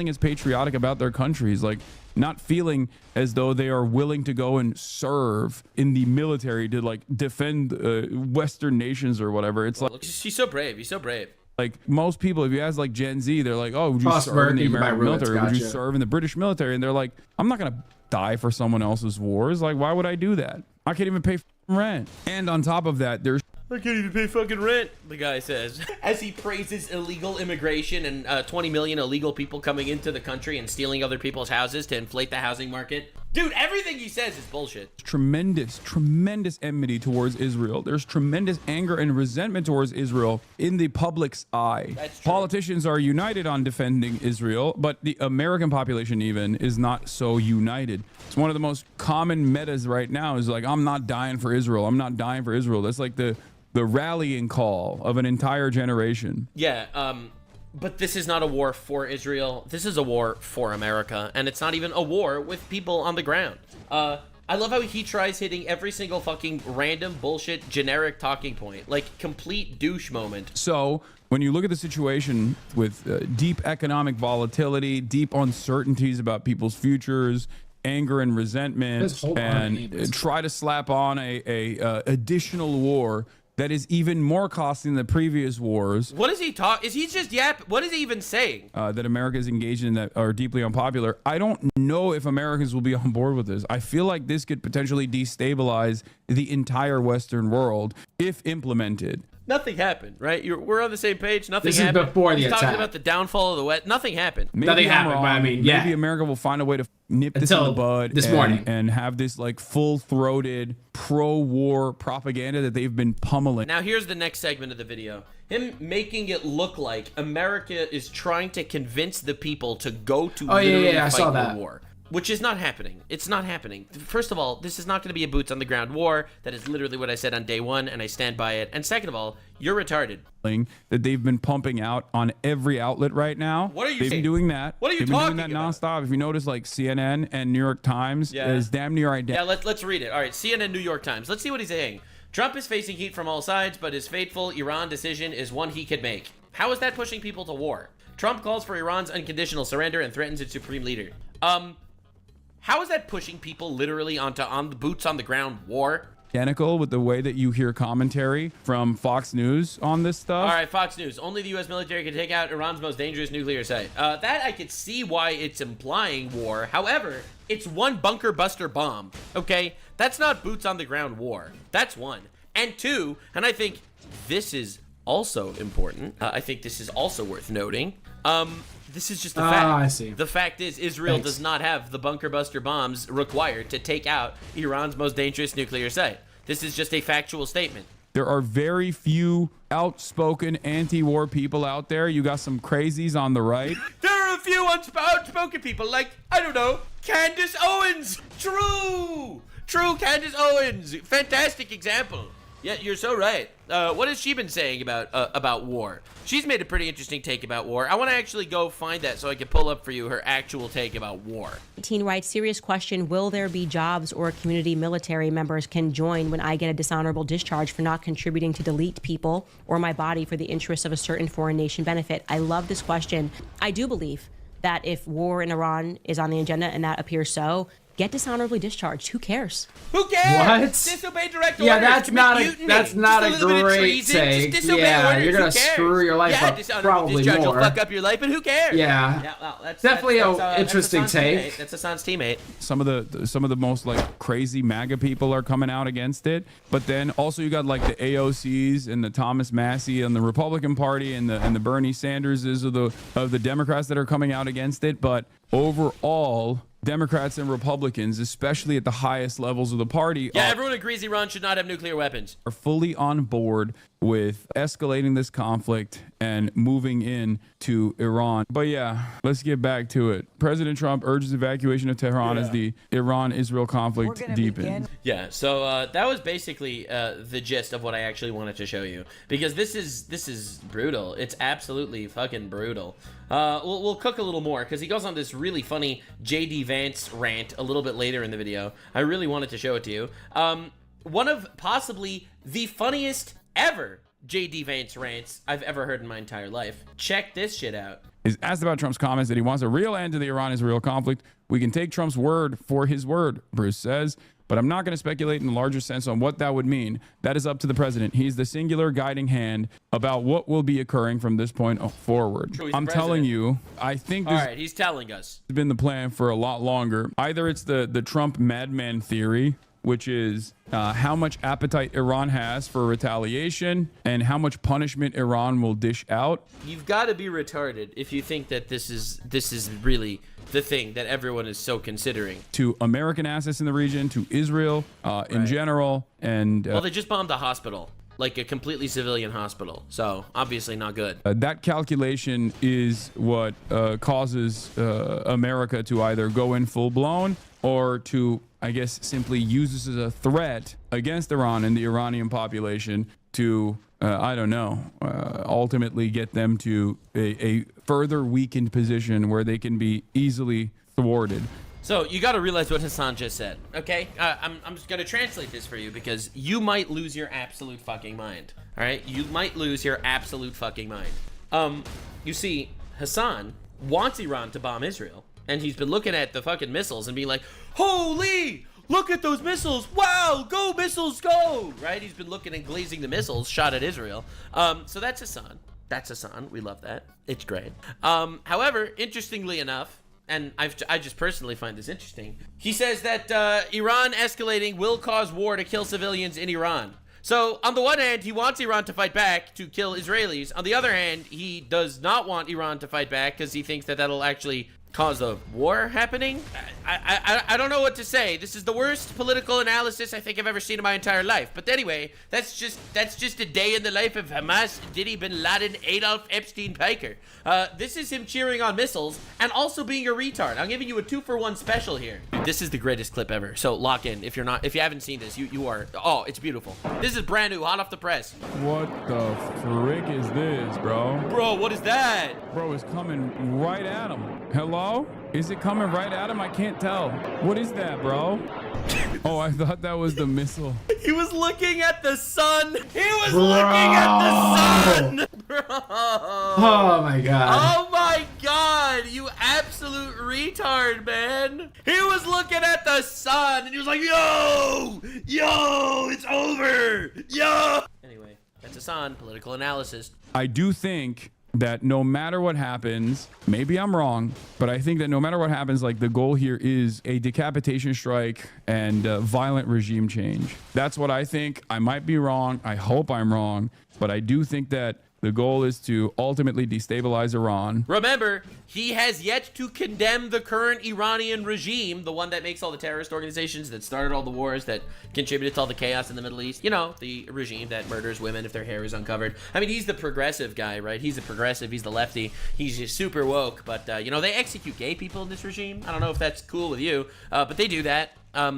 You're retarded. And then inevitably down the line, develop new leadership, create new leadership that is servile to American interests in the region. Oh, you think it's because the age of marriage in Iran under the current regime is 13? Jeez, right. I mean, we do know that Hassan goes to Diddy parties and that Hassan has also gone to a brothel in He Germany. is truly with sex trafficked unrelenting with those, Maybe it is the 13-year-old wives that actually turns him on about the Quote-unquote regime. facts. Maybe it's, I don't know. I'm just asking the question. You I big don't know. dummy. You're fucking with me? Am I? What is the age of marriage in Iran? Oh, my bad. Oopsie. The legal age for marriage in Iran is 9 to 13 That's for girls. crazy. My Yikes. bad. Ugh. My bad. I thought it was 13. No, it's 9, bro. Yikes. Total Nux blunder. Channel 12 reports Israeli estimates suggest that the United States may join the war against Iran tonight. They just keep pumping this out. Channel 14 said it yesterday. And they did. Oh my gosh. It's kind of like when he was like, oh yeah, Russia's not going to invade Ukraine. He's like, oh man, they keep saying this stuff. But then it's like, boom, we drop bombs. Now Channel 12 is I'm saying curious, it today. does he any have a day take now, any from moment today? now. Trump is considering joining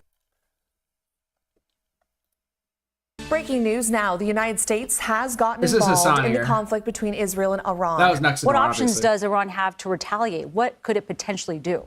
Statement from the Atomic Energy Organization. Following the brutal attacks of the Zionist enemy over the past few days, at dawn today, the country's nuclear sites in Fordow, Natanz, and Isfahan were attacked by the enemies of Islamic Iran in a barbaric act that contradicts international law, especially the Nuclear Non-Proliferation Treaty. This is true.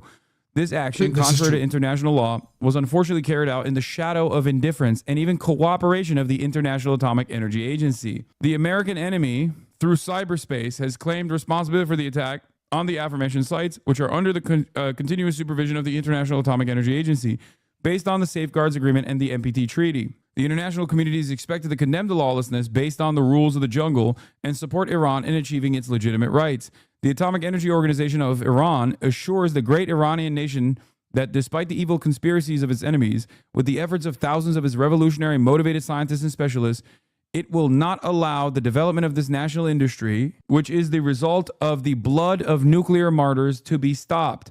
This organization has put the necessary measures, including legal action, on its agenda to defend the rights of the noble Iranian nation. I thought they were going to pull out. This is also a very limited, restrained, legal response that is within the legal confines. So they're not even saying they're not.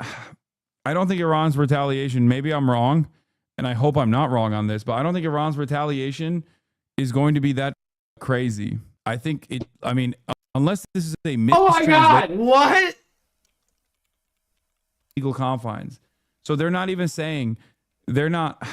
Maybe I misheard him. Like, oh my gosh, jeez. I don't think Iran's retaliation. Maybe I'm wrong. I don't think Iran's retaliation. Maybe I'm wrong. And I hope I'm not wrong. And I hope I'm not wrong on this. But I don't think Iran's retaliation. But I don't think Iran's retaliation is going to be that crazy. Is going to be that crazy.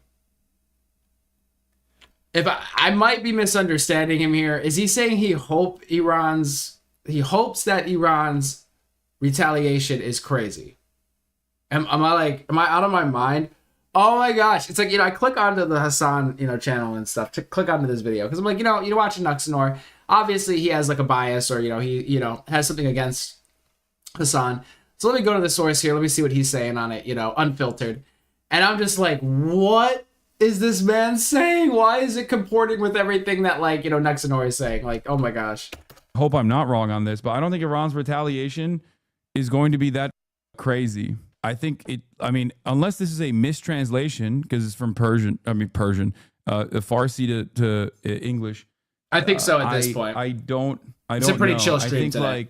Basically Iran is going to continue being restrained. We were popping up earlier, but I've been kind of just chilling and stuff. I'm not trying to go too hard into these subjects. I mean, I have been, I guess, but it's kind of nice not having it going too crazy. Yeah. And diplomatic against the increasing. Plus, whenever I do Nuxanor, these kind of videos and stuff, I don't know, I just kind of fall off. The viewership falls off. Belligerent enemy, as this increasingly belligerent enemy completely destroys all of its resources, exhausts its resources. They're downplaying the impact of the strikes, which there's truth to, right? This is a violation of their sovereignty in spectacular fashion. Having said that, I believe that they reported days ago, almost a week ago, that they had moved the enriched uranium away from the Fordow facility. So I think they're going to be like, oh, this wasn't even that big of a hit. We only got a little boo-boo and wasn't even Iranian state media claims targeting nuclear sites and the uranium stockpiles were previously evacuated. that big of a hit. I mean, I have to say, it really does sound like he's rooting for Iran. I mean, it really is kind of the way he covers it. At least, and I'm trying to be unbiased here, but it does sound like he's coming from, their standpoint on a lot of stuff. I mean, I'm open-minded, and I could see their standpoint and whatnot, but, as an American and stuff, it's kind of well, what's in the best interest of us over here? Plus, the regime, as from what I've heard, just doesn't seem to be great, for its people or for, women or, certain things. Yeah, I don't know. This feels just super weird to me. He really does seem to be against America or something. Hit. We only got a little It's just how it boo-boo. feels. And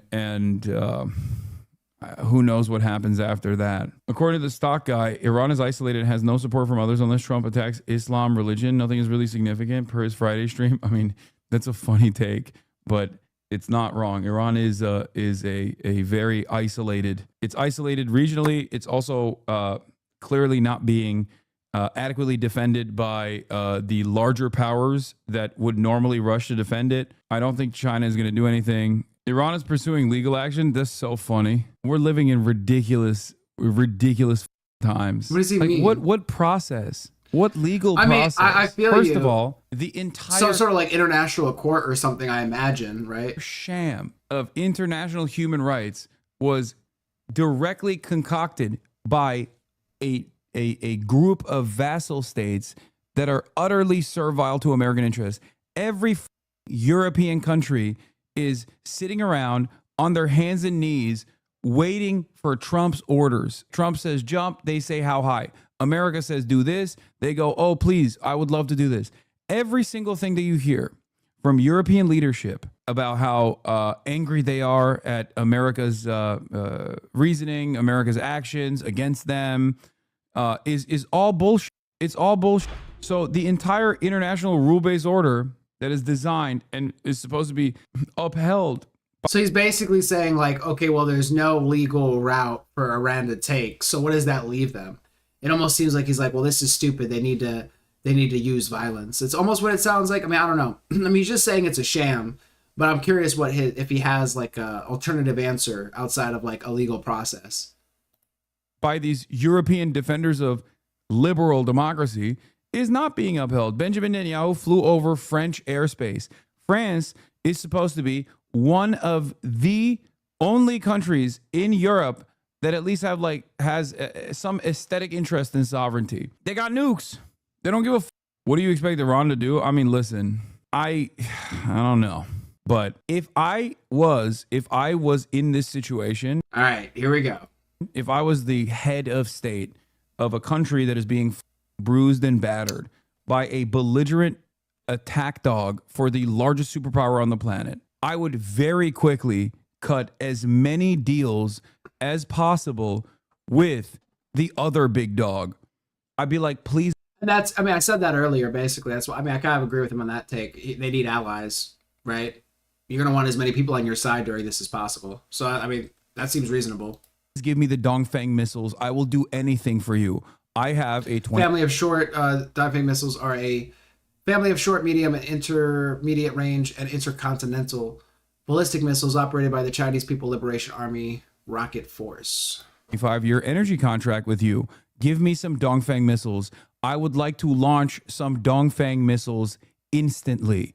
I would like to launch maximum amounts of Dongfeng missiles is what I would probably do in that situation. International law collapsed in 2003 with the invasion of Iraq. Biden made a mockery of it from 2023 to 2025, and Trump has torn the mask off in 2025. Exactly. Dongfeng missiles in the direction of commercial vessels potentially flying above them, mining the Strait of Hormuz, closing it down. Dongfeng missiles in the direction of oil refineries, but that wouldn't happen because that would also hurt China's interest. Also, there's the other side of this as well. China loves trade maxing, as I've said before, and they would hate for a global disruption of any sort against shipping or True. I mean, I would agree with that. Forbid energy. That means hello, other viewer. That means economic collapse, and that means no trade. And they love trading. If they don't trade, they explode. So obviously, they probably would not be on board with that. But it doesn't even need to get to that point. If you don't want America to blow up your nuclear facilities, put some Chinese military in your country. If you don't want to... Fuck, man. I don't know, man. This just sounds like escalation, but I mean, I get what he's saying from their standpoint. America to blow up your nuclear facilities, put some Russian military in your country. It's kind of that simple. There are Russian civilian nuclear sites in Iran. They were not attacked. It would also be weird, of course, for, relatives to kill one another when you got, Israeli, Russian Air Force pilots throwing missiles in the direction of Russian nuclear scientists down on Iranian soil. That would be really fucked up, but they didn't do that. I talked with President Trump tonight on the phone, and he touted the tremendous success of the military operation. No other military could have done that, he added. 2 days was within 2 weeks, pointing to his comments on making a decision within 2 weeks for operational security. So he just lied. Yeah, he did. Okay, because I brought that up earlier on stream as well. I said, when did he say 2 weeks? I feel like it hasn't been 2 weeks. But yeah, it's called a covert operation. Oh yeah, you got 2 weeks to make a decision. He's already given him a bunch of time, and it hasn't worked out. So you're not going to be like, okay, I'm going to attack you in 2 weeks. That gives them time to prepare. Okay, 3 days later, we gave them 3 days. If they haven't figured something out in 3 days and they aren't coming to the table, they probably aren't going to come to the table in the next 2 weeks. Let's go ahead and move this forward or I'd catch them by surprise, right? He just like talked about diplomacy, got the European dickheads to talk to Iranian envoys specifically so they could feel like, maybe in 2 weeks we'll do something. Which, by the way, as I've said before, if a dumb Twitch streamer like myself could figure out that this was happening this weekend, I'm pretty sure the Iranian state is not oblivious. Just so you know, all this does is show the rest of the world and maybe the Iranian leadership that American talks and American ceasefire and American negotiations are meaningless. They just want complete domination. They want. I mean, I have to disagree. I mean, it's so far it seems like a very specific ask from the Americans, which is like, hey, don't have this one thing. Granted, you could argue, like, again, like I've said before, is it our right to dictate what they can and can't have? But, want death and they want destruction. Yeah, I already read it. Like I said, the fact that the Iran Atomic Energy Agency is saying that they're going to pursue legal avenues. The Ayatollah is basically the Democratic Party. They're feckless institutionalists holding on to a fantasy that does not exist within the confines of international laws and the international rule-based order. It is not real. It is not real at all. And these guys think it's real for some reason, and it's a mechanism of survival for them. But what they don't realize is it's either today or it's, maybe a couple months from now or maybe next week. Who knows? But it's coming. They are literally like the Ayatollah is basically the way that the Democrats operate in this country, where they're like fantasizing about a diplomatic outcome that does not exist. It's clear to me that their initial response to this severe violation of their sovereignty, just like their initial tit-for-tat campaign between them and Israel in the process of a nuclear denuclearization agreement that they were having with the United States of America, has been so limited and so restrained and so focused on maintaining some sort of peaceful solution that even when they are bruising the Iranian public bloody, even when they are destroying Iran, wiping out Iranian sovereignty, his response is, oh, it didn't hurt that bad. That's what they said tonight. They said, oh, we hit our enriched uranium, which is true. They did do that ahead of time. Oh, we moved all of our stockpiles elsewhere. We moved all of our civilian nuclear scientists elsewhere. They're hidden. You just gave us a little boo-boo. Who cares? Wait, I want to learn something. Is Iran actually democratic? No. Doing diplomacy as a state actor and being an actual democratic republic. Yeah, no. Different. I mean, yeah, I figured that's what he meant, but it was still like, it was just funny to hear. My very apolitical friend just said to me, no one fucks with North Korea. Why do you think that is? Yep, there's a clear message for a lot of global South and Middle Eastern countries tonight, sadly, and it isn't a non-proliferation message. Hasanabi nuclear doctrine. Hasanabi doctrine for nation building. Number one. But also, is North Korea even doing anything, though? I mean, granted, they have nukes, but it's like, are they fucking with people in a way that would get them slapped? You see what I'm saying? I feel like it's a slightly different, but that's Hassan. You can check out his channel. Largest leftist Twitch streamer. And obviously we were covering, some of Nux's coverage on him. I mean, I kind of got his take so far. I think that's far enough with him. But, yeah. Oh, so much craziness. I'm contemplating, because it's like, I'm going to take a break for a bit here. I'm trying to think if I should end stream and restart it. I think my first stream got, like, shadow banned because I was getting, like, no viewers. And then when I restarted it, I got, like, a bunch of people. And now we're back to no viewers. And I was just messing around with the title.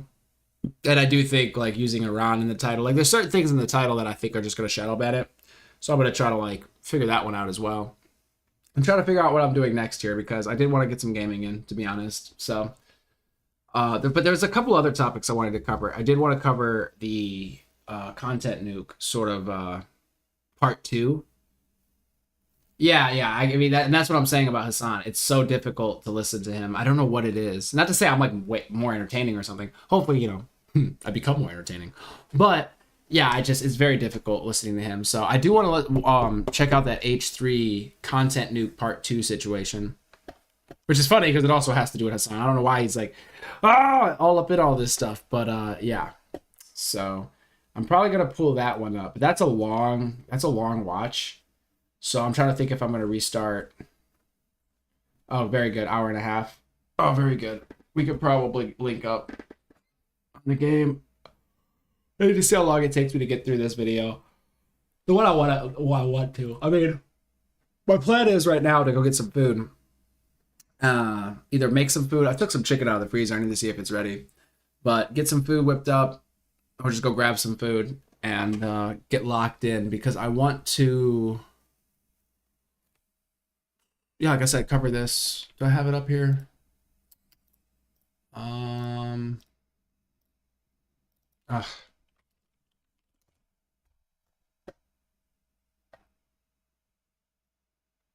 Yeah, it's like the whole lawsuit thing. Is it this one?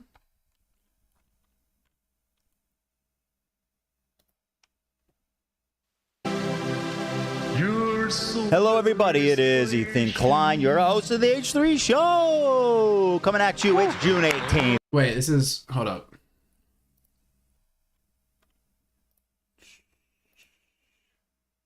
Man, I had it pulled up, too.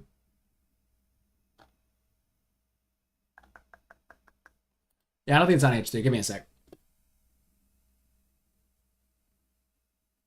Oh, all right, Casey. Appreciate you for coming through. I'll be on tomorrow.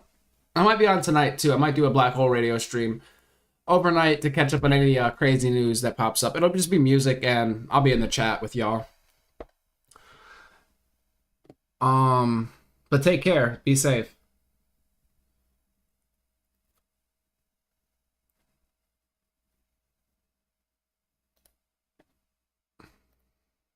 Oh, here it is.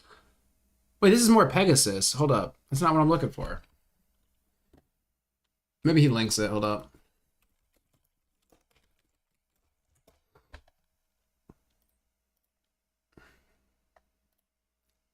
No, I don't watch that. Stop. But check out more Pegasus' channel. He does great content as well. In the realm of like, I'd say YouTube drama and things of that nature. I think it's this one.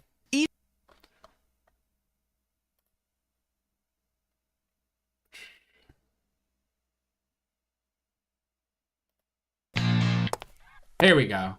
Oh, it's only a 20-minute video. I don't know why. I thought it was longer. Okay, so never mind. This actually probably won't take me that long to actually get through. Probably like an hour. I don't know why. I thought it was going to be like multiple hours. So, but I think we are going to run this one. Oh, go for it, bro. Hit me through the Discord, bro. Go for it. I want this up here. And then I'll pull up my little channel. Bam. Put that up there for now, just as backdrop. Bam. Huh. We here.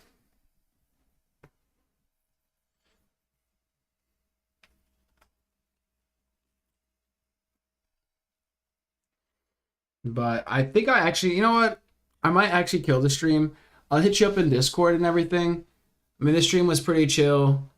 I'm gonna be switching gears here a bit, watching this video. I kind of wanted to catch Tectone's take on it. I started catching some of his videos. I don't really watch a lot of people live. I don't really watch people live, actually. I just don't have time. The Tectone, I caught a piece of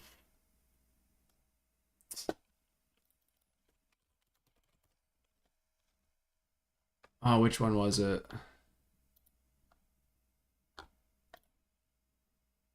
Check him out. Streams on, I want to say Twitch and Kick. He recently had a banning on Twitch. I'm not sure if he's back or what's up with that. This game made me lose my wife. Yikes, bro. Bro, when we want to get those views up, we already know. But moving on.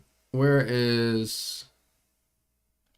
Yeah, I kind of wanted to catch this one as well. It's a day ago. Also, oh man, the worldwide news. See, the thing I like about these guys is they can kind of condense it down. Otherwise, I gotta sit and watch the Hassan streams, and like we just saw, it's just difficult. Like you said, it's kind of boring. So this guy does good stuff. Yeah, anybody should check him out. I mean, I've only recently started really catching his stuff like that, but I do enjoy it. He's pretty funny. I like it. He just be saying shit that I just be cracking up. It's pretty great. So I might try to catch his And you gonna send me? You sent me 2 videos. Let me pull them up.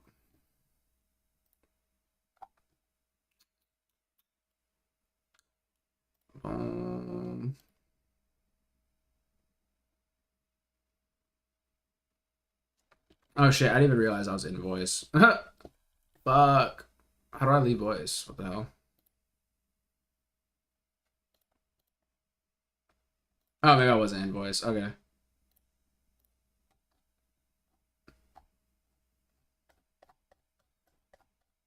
I'm still getting used to